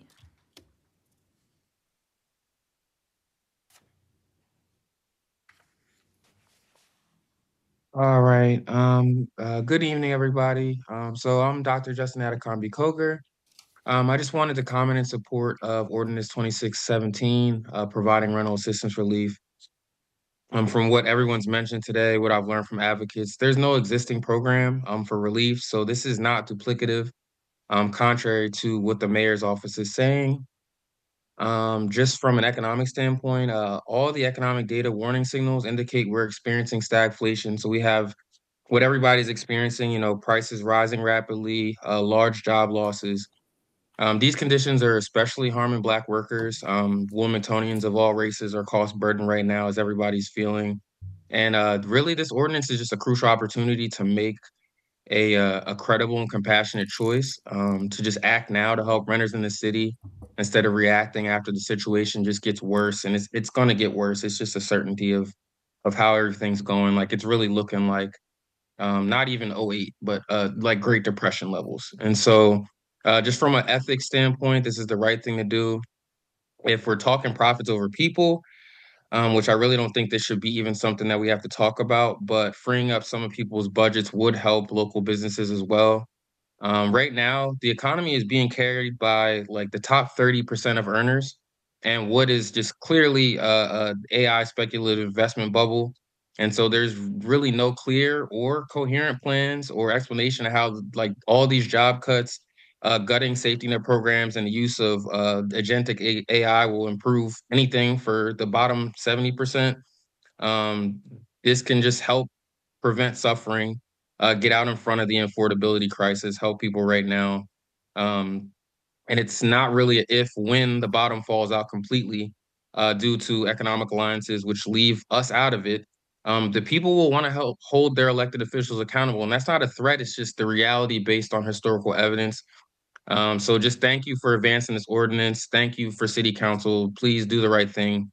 I sincerely hope the mayor's office changes their position on this. I don't really know how we kind of ended up being, the enemies of, the mayor. I'm not really sure what's going on. The governor as well. I'm just disappointed. I never supported the mayor, but I did have hopes, for the governor. But that hope is dwindling, and I really just hope that city council does the right thing, and that the mayor just starts to just change things and actually start to help people. Thank you. Yes, thank you. Our next commenter, I have is it Cardissa Kirby? I don't know if Carissa? You said Carissa? It's Caritas. Caritas. Caritas. Yeah. Thank you, though. Yeah. Oh, got it. Okay. Yeah, this is Caritas Kirby. And I live in Ellesmere. However, I work with many Medicaid recipients. I work for one of the MCOs in Delaware, who are residents of Wilmington. So I am speaking in support of Ordinance 0197 because the ordinance would help residents immediately avoid eviction. It would give hope to people who I speak to nearly every day, asking for help to pay their rent, pay their mortgage, pay for utilities. It's very difficult, as one of my colleagues stated earlier, to say no to people, to tell them plainly, to just break it to them that I can refer you to this place, but they probably will not have the funds to help you. It is shameful for the mayor's office to suggest that there is any sort of additional program, any sort of resource. The housing wait list at the state level gets purged. It was last purged in February. So if you were on the wait list, you had to reapply or lose your place in line, essentially. So people who have been waiting for years continually lose their place for any sort of housing assistance. The people that I talk to every day, I help them with their health. And recently I've seen that folks are missing medical appointments in order to work because they're afraid of being evicted. I've been seeing higher scores on depression.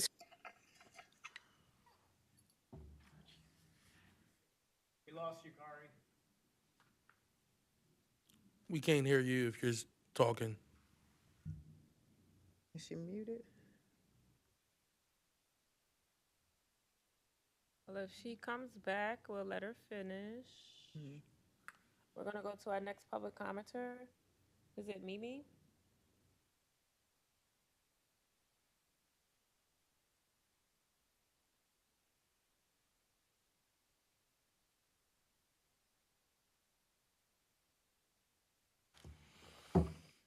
No.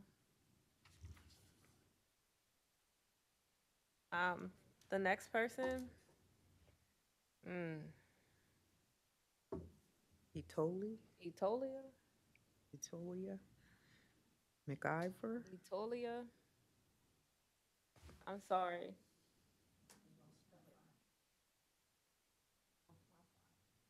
Are we still connected to the call? Yeah. Yeah. Can anyone hear us online? WITN? WITN, y'all there? I'm not hearing you through the speakers either. We can't hear anybody on the Zoom.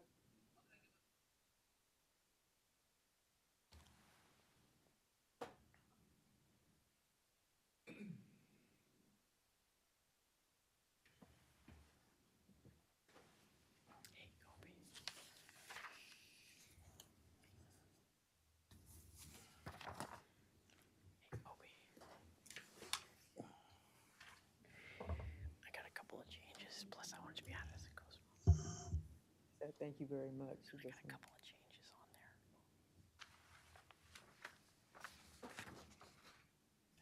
We're almost there. All right. You can go to the next one. Well, we can't hear anyone on there. But just a few housekeeping things while we wait for that. For all of the presentations and the ordinances, they will go to a future city council meeting for a full vote of the council. Was it April?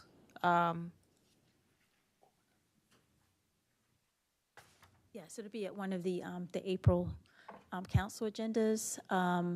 and Chair, one of your, the legislations with the rental registry, the final fiscal impact statement wasn't attached, so there is going to be like another meeting coming up in April, I believe like April the 9th, since a couple of your constituents had mentioned about the fiscal impact.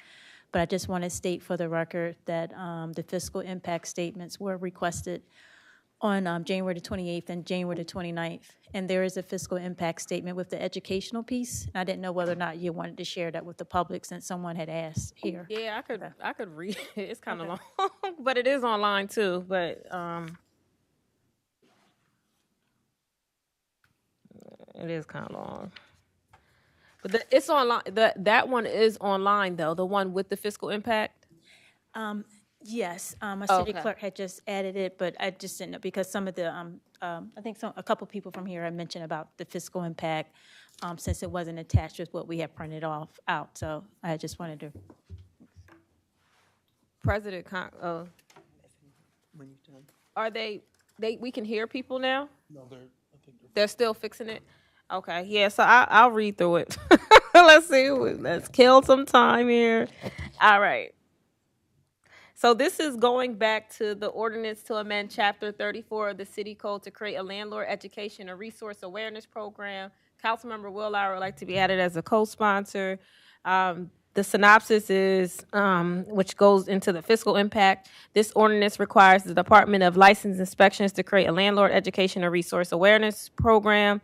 The Office of Management and Budget, OMB, has reviewed and analyzed the proposed ordinance requiring the Department of License Inspection to establish, maintain, and report on a landlord education and resource awareness program. The ordinance would create new ongoing operational responsibilities for LNI that extend beyond activities currently mandated by the city charter and city code. No one can hear us. So I won't read it there. You can read it see it online. Go online and read it. They can't hear you. Go online and read it. But Councilmember Will would like to be added as a co-sponsor to the other ordinance. Huh? Oh, I thought they would still at least do it. So I can't add her as a co-sponsor still? Oh, okay. So an ordinance to amend Chapter 534 of the City Code to create an online rental property registry. Councilmember Will would like to be added as a co-sponsor. Oh, I said that one for the landlord. And that's all the cleaning up we have until they fix it. We might be fixed, Councilwoman. All right. So I guess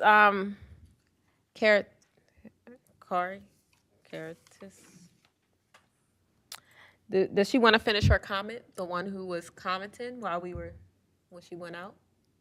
Should be able to talk now. Would you like to I'm finish back. your comment? I would like to. What was the last thing you heard? Do you remember? Depression. Depression. Okay. Hi, I'm Carrie Kirby. I'm from Ellesmere. I was talking about my work with the folks who benefit from one of Delaware's MCO. And I was talking about how in that work, I've been seeing increased depression scores in folks because they're worried about being able to pay their rent, paying their utilities, feeding their kids. They're worried about things like getting dentures for themselves or their elderly parents. I hear comments all the time about saying things like, I could sleep if I had a safe place. I worry about making rent or paying the Delmarva bill. I eat twice a day just so that I can pay rent. Housing insecurity is directly related to increased depression and other mental health concerns among our neighbors, and it impacts their families and our whole community. It makes people feel worthless because the society tells them that they're only worth something when they are earning wages or paying their way through life, and that's not true.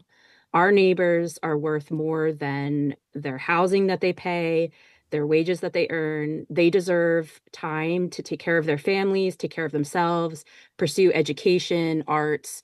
spiritual pursuits, and passing an ordinance such as this or supporting it, making sure that you have all of the votes to override the worthless mayor's decision, which we know is going to come, is really important. So if there's anything that our organizations can do, I volunteer with Homes, I volunteer with DSA, with Working Families Power, and I make sure that people in the city know what their power is.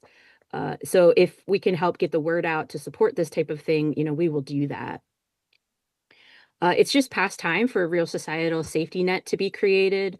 And this ordinance, I commend you, Councilmember Owens, and the rest of City Council that has signed on as sponsors.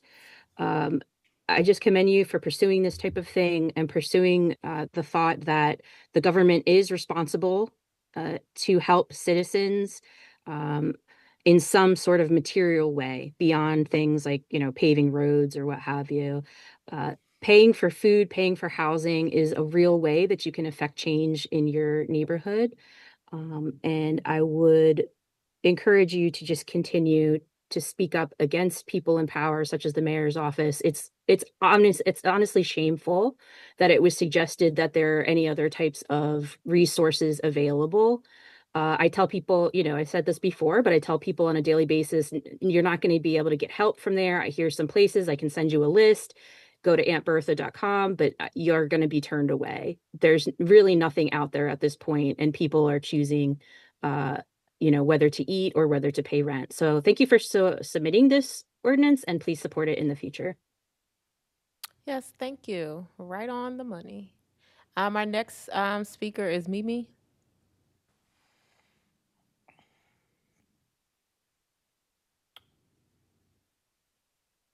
Hello. My name is Mimi Siebalist. I live in District 1, and I support this ordinance. I heard the mayor's office raise concerns that the program was duplicative or just a short-term fix. And to me, that feels extremely out of touch, considering how many people are not getting the help they need. And as others have said, because the help is not there. For many residents, a short-term crisis, this is a short-term fix, as you said, but a short-term crisis is what puts them at risk a lot of the time. People, they fall behind on rent, and it's not because they did something wrong. As someone said before, medical bills, car repairs, any kind of emergency can push someone who is normally stable to a person facing eviction. An ordinance like this recognizes that just a small amount of help at the right time can make or prevent, I should say, a bigger crisis later. Keeping someone housed is always easier than trying to help them rebuild after they've lost everything. And if the city is genuinely serious about responding to homelessness with compassion like they say they are, then they also have to be serious about preventing it. And we're already seeing the consequences of housing instability in Wilmington. And what's happening at Christina Park shows why prevention matters, because once someone loses their housing or has no alternatives, the situation becomes extremely complex and far more costly to address. And this ordinance, I hope, is one way to do that. And I really hope the city treats this like an investment in stability for the residents of Wilmington. I feel like it's probably the most practical, or one of the most practical ways that we can keep our neighbors safe and housed and keep them in our communities. Thanks.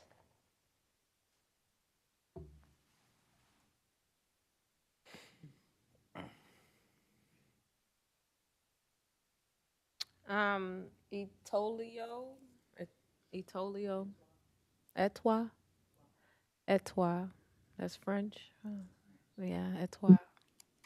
Yes, good evening. I wanted to say thank you for giving me the opportunity to speak in support of the ordinance.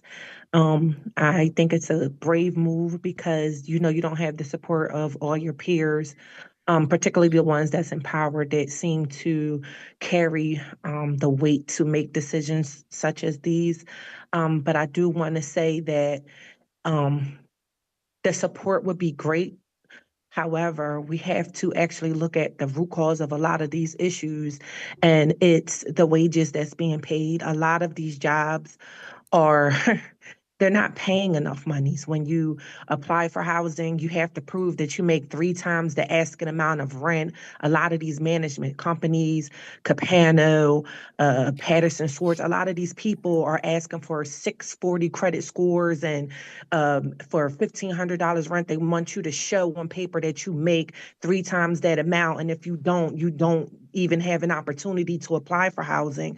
And someone that's making $17, $18 an hour, or is working a job that is seasonal casual, they're not going to be able to show that they make that. So while we're here, while we're bringing these things up, bring it all up. Bring it all out. Speak about it, because someone that's working hard at Wawa, picking up extra shifts, or someone that's even working at Fourth Estate, that's a seasonal casual employee, they're not going to make that. They're not going to show that. And they need assistance as well. I'm searching for housing right now, work 2 full-time jobs, and I'm having a hard time because I don't have a 640 credit score.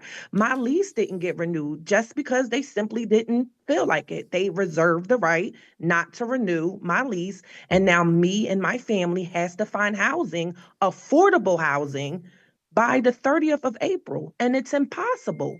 And this is what I do. I'm a housing resource specialist, and it's hard. So if we're going to talk about it, let's bring it all out. Let's get them to understand what we need, the real help that we need, so that people can really start living opposed to surviving. Thank you. Thank you. I think that is it for public comment. I'm going to bring it back to our city. Oh, I'm sorry. Ms. Z. All right, Ms. Z, our final commenter.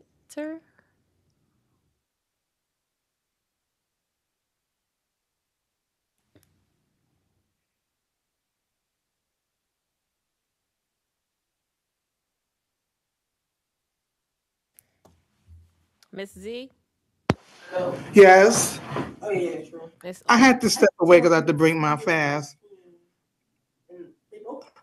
I think there was a lot of topics. I just wanted to say tonight that a lot of people are unable to live on their own. And I think when we're dealing with the mentally ill, which a lot of people who are homeless are dealing with mental health crisis, they need assisted living. They need to be in an environment where they're like 80%, 90% independent, but they need some oversight, like a resident aide or a resident director over a particular, like a housing unit or something. And that's what I want to talk about. All right. Thank you. All right. That's it for public comment. We're going to bring it back. We have a Zanetta Washington. That's Ms. Z. Okay, thank you. Sorry. Yes. Thank you. All right. So we're going to bring it back to council members. I know I had Council President Trippy Congo. Yes, thank you, Madam Chair. I just wanted to be added as a co-sponsor. Yes, thank you. Any one of our other comments from our council members? Councilmember Willauer. Thank you, Madam Chair. I just wanted to ask to be added as a co-sponsor. And I want to thank Councilman Owens for bringing this forward, and for everybody who came out tonight, who spoke in support. And looking forward to talking to the other council members so we can get this over the finish line. Yeah, so no, thank you. And I just want to say that the mayor is going to do his budget address on Thursday, which is in a few days. So please come out. That's another way for you guys to vote for it. Saying that this is a mayor's budget address does not mean that this is his budget. That's just his address.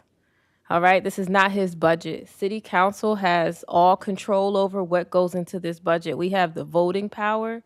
The budget is one of our number one priorities as city council members. We have the power to put whatever we want as a collective on city council on this budget. We do not need approval from any administration to do anything. Anything they say is mere advice, a thought, sometimes just maybe just a thought, right, that they might have. It doesn't take it as factual.